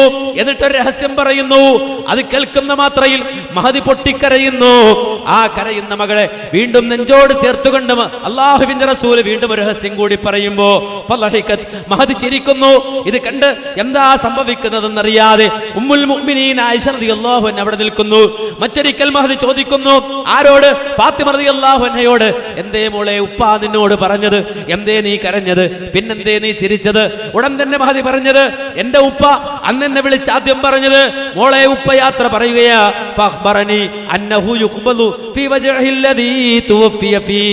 ഉപ്പ ഇതാ ഈ വേദനയും കൊണ്ട് യാത്ര പോവുകയാ. ഉപ്പ ഒരിക്കലും ഇനി ജീവിതത്തിലേക്ക് മടങ്ങി വരൂല്ല മോളെ. ഉപ്പ യാത്ര പറയുകയാണെന്ന് പറഞ്ഞപ്പോ അതെനിക്ക് സഹിക്കാൻ കഴിഞ്ഞില്ല. ഞാനപ്പോൾ കരഞ്ഞതാ, അപ്പോൾ ഞാൻ കരഞ്ഞു പോയതാ. സുമ്മ സാറനി, പിന്നെ കരഞ്ഞുകൊണ്ടിരിക്കുന്ന എന്നെ വിളിച്ച് എന്റെ ഉപ്പ പറഞ്ഞത്, ഫഖ്ബറനി അന്നി അവ്വലു അഹ്ലി ബൈതിഹി അത്ബഉഹു. ഞാനായിരിക്കും ഉപ്പയുടെ മരണത്തിനു ശേഷം ഈ കുടുംബത്തിൽ നിന്ന് ഉപ്പയിലേക്ക് ചെന്നു ചേരുക. ആ സന്തോഷ വാർത്ത ഉപ്പ എന്നോട് പറഞ്ഞപ്പോ ഈ അഹ്ലു ബൈത്തിൽ നിന്നോ ഈ കുടുംബത്തിൽ നിന്നോ പ്രവാചക കുടുംബത്തിൽ നിന്ന് ആദ്യമായി മരിച്ച റസൂലുള്ളാഹിയിലേക്ക് ചെന്ന് ചേരുക ഞാനാണെന്ന് എന്റെ ഉപ്പ എന്നെ സുവിശേഷം അറിയിച്ചപ്പോ ഞാൻ ചിരിച്ചതാണെന്ന് മഹദി പറഞ്ഞിട്ടുണ്ടെങ്കിൽ അത്രമാത്രം വേദനകൾക്കിടയിലും മകളോട് സംസാരിക്കാൻ നേരം കണ്ട റസൂല്, ആ റസൂലുള്ളാഹിന്റെ പ്രയാസം ആ മകൾ അവിടെ നിന്ന് കാണുമ്പോ ആ മകൾ വിളിച്ചു പറയുന്നുണ്ട്, വാ കർബ അബാ, വാ കർബ അബാ. ഉപ്പ, അങ്ങയുടെ പ്രയാസം എത്ര വലുതാണ് ഉപ്പ, അങ്ങയുടെ വേദന എത്ര വലുതാണ് ഉപ്പ, അങ്ങ് എത്രമാത്രം അസ്വസ്ഥനാണ് ഉപ്പ. ഈ മകൾ ഏറ്റെടുക്കാം ഉപ്പ, അങ്ങയുടെ വേദനകൾ മുഴുവനും നൊമ്പരങ്ങൾ മുഴുവനും ഈ മകൾ സഹിക്കാം ഉപ്പ എന്നവിടെ വെച്ച് ഫാത്തിമ റളിയല്ലാഹു അൻഹ വാവിട്ട് നിലവിളിച്ച് പറയുമ്പോ അല്ലാഹുവിന്റെ റസൂല് പറയുന്നു മകളോട്, വാ കർബ അലാ അബീകി ബഅദൽ യൗം. മോളെ, മോള് വിഷമിക്കണ്ട. ഉപ്പയുടെ വേദന കണ്ട് മോള് വിഷമിക്കണ്ട, ഉപ്പയുടെ പ്രയാസം കണ്ട് മോള് വിഷമിക്കണ്ട. ലൈസ അലാ അബീകി കർബുൻ ബഅദൽ യൗം. ഈ ദിവസം കഴിഞ്ഞാൽ ഉപ്പക്ക് വേദനയില്ല മോളെ. ഉപ്പയുടെ അവസാന വേദന അനുഭവിച്ചു കൊണ്ടിരിക്കുകയാണെന്ന് ലോകത്തിന്റെ നേതാവ് ഹബീബുന മുഹമ്മദ് മുസ്തഫ സല്ലല്ലാഹു അലൈഹി വസല്ലമ തന്റെ മകളോട് പറയുമ്പോഴും ആയിഷയെ അടുത്തേക്ക് വിളിക്കുന്നു റളിയല്ലാഹു അൻഹാ. മഹദി ആയിഷ ബീവിയെ അടുത്തേക്ക് വിളിച്ച റസൂല് പറയുകയാണ്, ആയിഷ നിനക്കറിയുമോ, ആയിഷ നിനക്കറിയുമോ, യാ ആയിഷ മാ അസാലു അജിദു അലമ തആമിൽ ലദി അക്കൽതു ബി ഖൈബറ ഫഹാദാ അവഅനു വജത്തുൻ കിതാബ് ഹരീമിൻ ദാലിക സുമ്മ. അന്ന് ഞാനും കുറച്ചു സഹാബികളും കൂടി ഖൈബറിൽ നിന്ന് മടങ്ങി വരുമ്പോ ആ ജൂതപ്പെണ്ണ് ആടിന്റെ കുറക് അത് വിഷത്തിലൂട്ടി അത് പൊരിച്ച് എന്നെ തീറ്റിച്ചുവല്ലോ ആയിഷ, ഞാനത് കഴിച്ചല്ലോ ആയിഷ, എന്റെ കൂടെ ഉണ്ടായിരുന്ന ബിശ്റും കഴിച്ചല്ലോ. കഴിച്ചു തീരേണ്ട താമസം, ആ മാംസം ഉള്ളിലേക്ക് ഇറങ്ങേണ്ട താമസം, ബിശ്ർ അവിടെ വീണ് മരിച്ചല്ലോ ആയിഷ. പക്ഷെ അല്ലാഹു എനിക്ക് തന്ന ഒരു ഓഫർ ഉണ്ട്, വല്ലാഹു യഅ്സിമുക മിനന്നാസ്. ഓ നബിയേ, അങ്ങയുടെ ദൗത്യം പൂർത്തിയാക്കുന്നത് വരെ ഒരാൾക്കും അങ്ങേ കൊല്ലാൻ കഴിയില്ല. അല്ലാഹു അങ്ങേ സംരക്ഷിക്കുമെന്നത് അല്ലാഹു നൽകിയ വാദയാണല്ലോ. അതുകൊണ്ട് തന്നെ ഉഗ്രവശം എന്റെ ഉള്ളിലേക്ക് ഇറങ്ങിയിട്ടും മരണം എന്നെ പിടിപെട്ടില്ലല്ലോ ആയിഷ. എന്നാൽ നിനക്കറിയുമോ, വർഷങ്ങൾക്ക് മുമ്പ് അത് നടന്നത്. മാസങ്ങൾക്കപ്പുറമാ അത് സംഭവിച്ചത്. എന്നാൽ ഞാനിതാ വഫാത്തായി കൊണ്ടിരിക്കുന്ന ഈ നേരത്ത് അജിദു അലമത്താമില്ലദി അക്കൽതു ബി ഖൈബറ ഫഹാദാ അവാനു വജത്തുൻ കിതാബ് ഹരീമിൻ ദാലിക സുമ്മ. അന്നെന്റെ ഉള്ളിലേക്ക് കടന്ന വിഷം എന്റെ നാഡീനരമ്പുകളിലൂടെ, എന്റെ സിരകളിലൂടെ, എന്റെ രക്തത്തിലൂടെ പ്രവഹിക്കുന്നു ആയിഷ. ആ രക്തത്തിലൂടെ ആ വിഷം പ്രവഹിച്ചിട്ട് എന്റെ നരമ്പുകൾ ഘട്ടം ഘട്ടമായി മുറിയുന്ന വേദന ഞാൻ അനുഭവിക്കുന്നു ആയിഷ എന്ന് ഹബീബുന മുഹമ്മദ് മുസ്തഫ സല്ലല്ലാഹു അലൈഹി വസല്ലമ, ലോകത്തിന്റെ നേതാവ്, അവിടെ കിടന്ന് വിളിച്ചു പറയുമ്പോ ഒരു പുതപ്പ് കൊണ്ടുവന്ന് ഹബീബിനെ പുതപ്പിച്ചു കൊടുക്കുന്നു. റസൂലുള്ളാഹി സല്ലല്ലാഹു അലൈഹി വസല്ലമ ആ പുതപ്പെടുത്ത് മുഖത്തേക്ക് വലിച്ചിടുന്നു. അസ്വസ്ഥമാകുമ്പോൾ മുഖത്ത് നിന്ന് പുതപ്പ് തട്ടിക്കളയുന്നു. വീണ്ടും റസൂല് മുഖത്തേക്ക് ആ പുതപ്പ് വലിച്ചിടുന്നു, വീണ്ടും തട്ടിക്കളയുന്നു. ഇങ്ങനെ അസ്വസ്ഥത പ്രകടിപ്പിക്കുന്നതിനിടയിൽ അല്ലാഹുവിന്റെ റസൂലിന്റെ ചെഞ്ചുണ്ടുകൾ ചലിക്കുന്നത് ആയിഷ ബീവി കാണുകയാ. എന്തേ ഈ നേരത്തെ ഹബീബ് പറയുന്നത്? എല്ലു നുറുങ്ങുന്ന വേദന, ശരീരം ആസകലമുള്ള വേദന, നരമ്പറ്റ് പോകുന്ന വേദന, മരണത്തിന്റെ വേദന അനുഭവിച്ചു കൊണ്ടിരിക്കുമ്പോ എന്താണ് ഹബീബ് അവിടെ കിടന്ന് പറയുന്നതെന്നറിയാൻ അതേ ഉമ്മുൽ മുഅ്മിനീൻ മഹദി ആയിഷ ബീവി തന്റെ ചെവി പ്രവാചകന്റെ ചെഞ്ചുണ്ടോട് അടുപ്പിക്കുമ്പോ അല്ലാഹുവിന്റെ റസൂൽ അവിടെ കിടന്ന് പറയുന്നത് ലഅനത്തുല്ലാഹി അൽ യഹൂദി വന്നസാറാ ഇത്തഖദൂ ഖുബൂറ അംബിയാഇഹിം മസാജിദാ. അല്ലാഹുവിന്റെ ശാപകോപങ്ങൾക്ക് മൂസാ നബിയുടെ അനുയായികളായി കടന്നു വന്ന തൗറാത്തിന്റെ വാഹകരായ യഹൂദികൾ വിധേയരായിട്ടുണ്ട്. അതുപോലെ അല്ലാഹുവിന്റെ ശാപകോപങ്ങൾക്ക്, അല്ലാഹുവിന്റെ ലഅനത്തിന് ഈസാ നബിയുടെ അനുയായികളായി കടന്നു വന്ന ഇഞ്ചീലിന്റെ വാഹകരായ സമൂഹം വിധേയരായിട്ടുണ്ട്. നബിമാരുടെ അനുയായികളാണ് അവർ രണ്ടു കൂട്ടരും. പക്ഷേ അവർക്ക് അല്ലാഹുവിന്റെ ലഅനത്ത് ഇറങ്ങാൻ കാരണം ഇത്തഖദൂ ഖുബൂറ അംബിയാഇഹിം മസാജിദ, അവരവരുടെ നബിമാരുടെ ഖബറുകളെ ആരാധനാ കേന്ദ്രങ്ങളാക്കിയത് കൊണ്ടാ. മരിച്ചുകൊണ്ടിരിക്കുന്ന ഹബീബ്, വഫാത്തായി കൊണ്ടിരിക്കുന്ന ഹബീബ് അവിടെ കിടന്നത് പറയുകയാ. എന്തേ ആ നേരത്തും നബി അത് പറയാൻ കാരണം? ആ ഹദീസിന് ആയിഷുമ്മയാണ് ശറഹ് എഴുതുന്നത്. കാനത്ത് ഉമ്മുനാ ഫിൽ ഇൽമി ബഹ്റാ, വലിയ സമുദ്ര സമാനം വിജ്ഞാനമുള്ള മുജ്തഹിദത്തായ ഇജ്തിഹാദിന് പവറുള്ള മഹദി ആയിഷ ബീവി ആ ഹദീസിന് ശറഹ് എഴുതി പറഞ്ഞത് യുഹദ്ദിറു മാ സനഉ. എന്തേ വഫാത്താകുന്ന പ്രവാചകൻ അവിടെ കിടന്നങ്ങനെ പറയാൻ കാരണം? റസൂലുള്ളാഹിയുടെ ഉമ്മത്ത് റസൂലുള്ളാഹിയുടെ കാര്യത്തിൽ ഒരിക്കലും അങ്ങനെ ഒരു നിലപാട് സ്വീകരിക്കാതിരിക്കാനാണ് അത്തരമൊരു താക്കീത് റസൂൽ നൽകിയത് എന്ന് ഇമാം ബുഖാരി ആയിഷ ബീവിയെ തൊട്ട് അബ്ദുല്ലാഹ് ഇബ്നു അബ്ബാസ് റളിയല്ലാഹു അൻഹു തൊട്ട് ഒക്കെ ഉദ്ധരിക്കുന്ന ഹദീസുകളിൽ രേഖപ്പെടുത്തി വെച്ചിട്ട് മുസ്ലിം ഉമ്മത്തെ ലോകത്തിന്റെ നേതാവ് ഹബീബ് മുഹമ്മദ് മുസ്തഫ സല്ലല്ലാഹു അലൈഹി വസല്ലമ വഫാത്താകുന്ന നേരത്ത് മരണക്കിടക്കയിൽ കിടന്ന് ഈ ഉമ്മത്തിനെ ഏൽപ്പിച്ച, ഈ ഉമ്മത്തിനോട് പറഞ്ഞ ആ കാര്യത്തിൽ പോലും മുസ്ലിം ഉമ്മത്ത് നീതി പാലിച്ചോ? മുസ്ലിം ഉമ്മത്ത് നീതി പാലിച്ചോ? തകർക്കുകയാണ് ഇവിടെ. എന്താ തകർത്തെറിയുന്നത്? ഒന്ന് ലാ ഇലാഹ ഇല്ലല്ലാഹ്, പിന്നെയോ മുഹമ്മദുർ റസൂലുള്ളാഹ്. രണ്ടും തകർത്തെറിയുകയാ. നമുക്ക് ലാ ഇലാഹ ഇല്ലല്ലാഹ് റാത്തീബിന് ചെല്ലാനാ, അതിനപ്പുറമൊന്നുമില്ല. ലാ ഇലാഹ ഇല്ലല്ലാഹ് ദിക്ർ ഹൽക്കക്ക് ചെല്ലാനാ, അതിനപ്പുറമില്ല. ആ ലാ ഇലാഹ ഇല്ലല്ലാഹ് പറഞ്ഞിട്ട് മരിച്ചു മൺമറഞ്ഞു പോയവരെ വിളിക്കാൻ നമ്മൾ റെഡിയാ. ഏത് കുട്ടിച്ചാത്രയും വിളിക്കാൻ നമ്മൾ റെഡിയാ. ഏത് കസ്കസല യഊസിനെയും വിളിക്കാൻ നമ്മൾ റെഡിയാ. ഏതാണ് ഈ കസ്കസല യഊസ്? ജിന്നിന്റെ വകുപ്പിൽപ്പെട്ട ആളുകളാണെന്ന ഖുതുബിയത്തിന്റെ തുടക്കത്തിൽ പോലും പറയുന്നത്. ഈ കസ്കസല യഊസിനെയും അഹ്മറിനെയും തമ്പ്രയാനെയും മദ്ഹബിനെയും അങ്ങനെ സർവ്വ കുട്ടിച്ചാത്തന്മാരെയും അപ്രകാരം തന്നെ മരിച്ചു മൺമറഞ്ഞു പോയവരെയും ലാ ഇലാഹ ഇല്ലല്ലാഹ് എന്ന് പറഞ്ഞുകൊണ്ട് വിളിക്കും. മുഹമ്മദുർ റസൂലുള്ളാഹി എന്ന് നമ്മൾ പറഞ്ഞുകൊണ്ട് മുഹമ്മദ് നബി ആ വഫാത്തിന്റെ നേരത്ത് പറഞ്ഞ കാര്യങ്ങളെ പോലും തകർത്തെറിയും. എന്ത് ഇസ്ലാമാ, എന്ത് ദീനാ, എന്ത് തൗഹീദാ? മാത്രമല്ല പ്രവാചകരെ ഉപയോഗിക്കുന്നത് എവിടെയാ നമ്മൾ മനസ്സിലാക്കിയല്ലോ. ആ റസൂൽ പഠിപ്പിച്ച കാര്യങ്ങളെ സ്വീകരിച്ചിട്ടല്ല അല്ലേ? ഈ അടുത്ത കാലഘട്ടത്തിൽ പുതിയ ട്രെൻഡാ. കാരണം എന്തേന്നറിയോ? നബി അവിടെ വരുന്നു. എവിടെ? പെരിന്തൽമണ്ണയിൽ, മഞ്ചേരിയിൽ, ആലുവയിൽ ഉസ്താദുമാരുടെ വാള. ആലുവയിൽ നബി വരുന്നു, മഞ്ചേരിയിൽ നബി വന്നുപോയി, പെരിന്തൽമണ്ണയിൽ വന്നുപോയി. നിങ്ങൾ മനസ്സിലാക്കണം. ഈ പാവപ്പെട്ട ഞാനിവിടെ വരുന്നതിന് മുമ്പ് പോസ്റ്റർ ഒട്ടിച്ചു, നോട്ടീസ് ഒട്ടിച്ചു, ആളുകളെ മുഴുവനും അറിയിച്ചു, ദാ ഒരാൾ വരുന്നുണ്ട്. പക്ഷെ എൻ്റെ നേതാവ് മഞ്ചേരി വന്നു പോയി, ഞാൻ അറിഞ്ഞില്ല, നിങ്ങൾ അറിഞ്ഞില്ല, നമ്മൾ ആരും അറിഞ്ഞില്ല, ഒരു നോട്ടീസ് പോലും പഠിച്ചില്ല. റസൂല് വന്നുപോയി. എവിടെ? ബുർദയുടെ സദസ്സിൽ വന്നുപോയി നാ പ്രസംഗിക്കുന്നത്, ആലുവയിൽ വന്നുപോയി നാ പ്രസംഗിക്കുന്നത്. എന്തിനാ ആലുവയിൽ വന്നത്? പാട്ട് കേൾക്കാനാ വന്നത്. ഇതിനൊക്കെയാണ് ആളുകൾക്ക് താല്പര്യം. ആവശ്യമായി മാത്രം ഒരു പ്രസംഗം കഴിഞ്ഞ ദിവസം നടന്നിട്ടുണ്ട്. എൻ്റെ പ്രിയമുള്ള സഹോദരങ്ങൾ കേൾക്കണം, പച്ച നുണ. അല്ലാഹുവിൻ്റെ റസൂൽ സല്ലല്ലാഹു അലൈഹി വസല്ലമയുടെ പേരിൽ പറയാൻ ഒരു മടിയുമില്ലാത്ത ജനത. എന്നാൽ ഓർക്കണം കേട്ടോ, ഇത്തരം കളവുകൾ പ്രചരിപ്പിക്കുന്നവർ മുഴുവൻ ഓർക്കണം. മഹാനായ ഇമാം ബുഖാരി കൊണ്ടുവന്ന ഹദീസ്, ഇമാം മുസ്ലിം കൊണ്ടുവന്ന ഹദീസ്, സർവ്വ മുഹദ്ദിസുകളും കൊണ്ടുവന്ന ഹദീസ്. എന്താ റസൂൽ സല്ലല്ലാഹു അലൈഹി വസല്ലം പറഞ്ഞത്? അതെ, എൻ്റെ പേരിൽ നിങ്ങൾ കളവ് പറയുന്നത് വേറെ ആരെക്കുറിച്ചും കളവ് പറയുന്നത് പോലെയല്ല കേട്ടോ. മൻ കദബ അലയ്യ മുതഅമ്മിദൻ ഫൽയതബവ്വ മഖഅദഹു മിനന്നാർ. എൻ്റെ പേരിൽ ആരെങ്കിലും മനഃപൂർവ്വം കളവ് പറഞ്ഞാൽ അവൻ നരകത്തിലെ സീറ്റ് ഒരുക്കിക്കൊള്ളട്ടെ എന്നാണ് റസൂല് പഠിപ്പിച്ചത്. നരകത്തിലെ സീറ്റ് ഉറപ്പിച്ചു കൊള്ളട്ടെ. പക്ഷേ നബിയുടെ പേരിൽ കളവ് പറയാൻ ഒരു മടിയില്ല. നബിയെ കാണുന്നു, നബിയോട് സംസാരിക്കുന്നു, നബി പാട്ട് കേൾക്കാൻ വരുന്നു, നബി കൂട്ടുകൂടാൻ വരുന്നു. മാത്രമല്ല നമ്മുടെ ഈ കാലഘട്ടത്തിലും നബിയോട് സംസാരിക്കുന്നവരും നബിയെ കാണുന്നവരും നബിയുമായി ഇടപഴകുന്നവരും ജീവിക്കുന്നു എന്ന് പറഞ്ഞാൽ ഇന്നും സ്വഹാബികൾ ജീവിക്കുന്നു.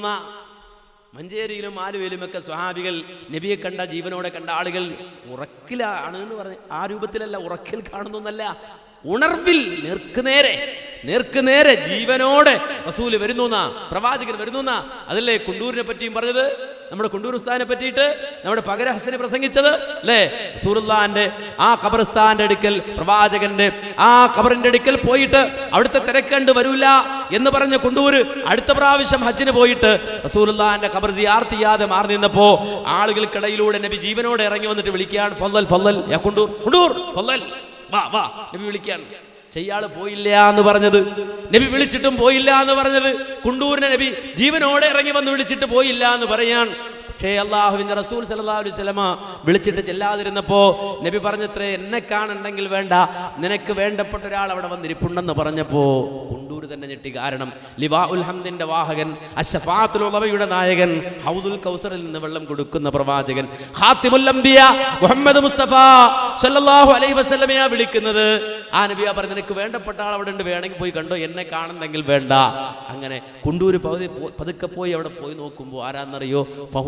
ശൈഖ് അബൂബക്കർ. സുബ്ഹാനല്ലാഹ്, ഇതൊക്കെ എങ്ങനെ പറയാ? ഇതൊക്കെ വാള് പറഞ്ഞിട്ട് നാട്ടുകാരുടെ മുന്നിൽ ഇങ്ങനെ കസറിയിട്ട് നിങ്ങൾ ആലോചിക്കുക. നബിയെ അപമാനിക്കണം, പച്ചക്ക് അപമാനിക്കണം. CV ചെറിയാനല്ല, തസ്ലീമ നസ്രീനല്ല, അതല്ല എങ്കിൽ സൽമാൻ റുഷ്ദി അല്ല, തലപ്പാവ് ധരിച്ച റുഷ്ദിമാരും തസ്ലീമമാരും നബി അപമാനിക്കുമ്പോൾ പ്രിയമുള്ള സഹോദരങ്ങളെ നമ്മൾ മനസ്സിലാക്കണം, ദീൻ ഏറ്റെടുത്തേ പറ്റുള്ളൂ, ദീൻ കൊണ്ടു നടന്നേ പറ്റുള്ളൂ. ഈ പറയുന്ന ആളുകൾക്കിടയിൽ അള്ളാഹുവിൻ്റെ തൗഹീദും പ്രവാചകന്റെ ചര്യയുമായി ഇറങ്ങിപ്പോയേ പറ്റുള്ളൂ. ഇരിക്കാൻ നേരില്ല. ഞങ്ങളൊക്കെ ഒന്നിച്ചു, ഞങ്ങൾ ഐക്യപ്പെട്ടു, ഇനി വേറൊരു പണിയില്ല എന്നല്ല, പണി കൂടുകയാണ്, നമുക്ക് ഉത്തരവാദിത്വം കൂടുകയാണ്. തൗഹീദിന്റെ മാർഗത്തിൽ, പ്രവാചകന്റെ മാർഗത്തിൽ നമ്മൾ ഇറങ്ങിത്തിരിക്കണം, സിദ്ദീഖുകളാകണം. വേറൊന്നും ആലോചിക്കണ്ട, വേറൊന്നും നമുക്ക് വേണ്ട. ആര് ഭീഷണിപ്പെടുത്തിയാലും നമുക്ക് പേടിക്കണ്ട. അള്ളാഹു പടച്ച റബ്ബിനെ മുറുകെ പിടിച്ചവർ, തൗഹീദിനെ അവലംബിച്ചവർ, അവരേതെങ്കിലും ഏഷണിക്ക് മുന്നിലോ ഭീഷണിക്ക് മുന്നിലോ തലകുനിക്കുന്നവരല്ല. അവർ തീവ്രവാദികളായതുകൊണ്ടല്ല, അള്ളാഹുവിലുള്ള അചഞ്ചലമായ വിശ്വാസമാണ്. പടച്ച റബ്ബിലുള്ള വിശ്വാസം സ്വീകരിച്ചവൻ സമാധാനം കൊതിക്കുന്നവനാണ്. ആ സമാധാനം നമ്മുടെ നാട്ടിൽ നിലനിൽക്കാൻ അധ്വാനിക്കുന്നവനാണ്, പണിയെടുക്കുന്നവനാണ്. ആ മാർഗത്തിൽ സത്യസന്ധമായി, ആത്മാർത്ഥമായി സിദ്ദീഖുകളായി പ്രവർത്തിക്കണം. യാതൊരു വിധത്തിലുള്ള കിബറും നമ്മെ നയിച്ചുകൂടാ, യാതൊരു തരത്തിലുള്ള അഹങ്കാരവും നമ്മിലേക്ക് കടന്നു വന്നുകൂടാ. നേരെ മറിച്ച് സിദ്ദീഖുകളായി, സത്യസന്ധന്മാരായി നിലനിന്നിട്ട് ആത്മാർത്ഥമായി അള്ളാഹുവിന്റെ മാർഗത്തിൽ, പടച്ച റബ്ബിന്റെ ദീനിന്റെ മാർഗത്തിൽ പ്രവർത്തിക്കാൻ നമ്മൾ തയ്യാറാവണം. അല്ലാഹു സുബ്ഹാനഹു വ തആല അതിന് തൗഫീഖ് തരുമാറാകട്ടെ. സർവ്വ ശിർക്ക് ബിദ്അത്തുകളിൽ നിന്ന് രക്ഷപ്പെടാൻ അല്ലാഹു സുബ്ഹാനഹു വ തആല നമുക്ക് അനുഗ്രഹം ചൊരിയുമാറാകട്ടെ. നമ്മുടെ കുടുംബങ്ങൾക്ക് അല്ലാഹു ആ തൗഫീഖ് നൽകുമാറാകട്ടെ എന്ന് ദുആ ചെയ്ത് ഞാൻ അവസാനിപ്പിക്കുന്നു. റബ്ബനാ തഖബ്ബൽ മിന്നാ ഇന്നക അൻതസ് സമീഉൽ അലീം വതുബ് അലൈനാ ഇന്നക അൻതത് തവ്വാബുർ റഹീം. റബ്ബനാ ഇഗ്ഫിർ ലനാ വലിഇഖ്വാനിനാ الذين سبقونا بالإيمان ولا تجعل في قلوبنا غلا للذين آمنوا ربنا إنك رؤوف رحيم والحمد لله رب العالمين. السلام عليكم ورحمة الله وبركاته.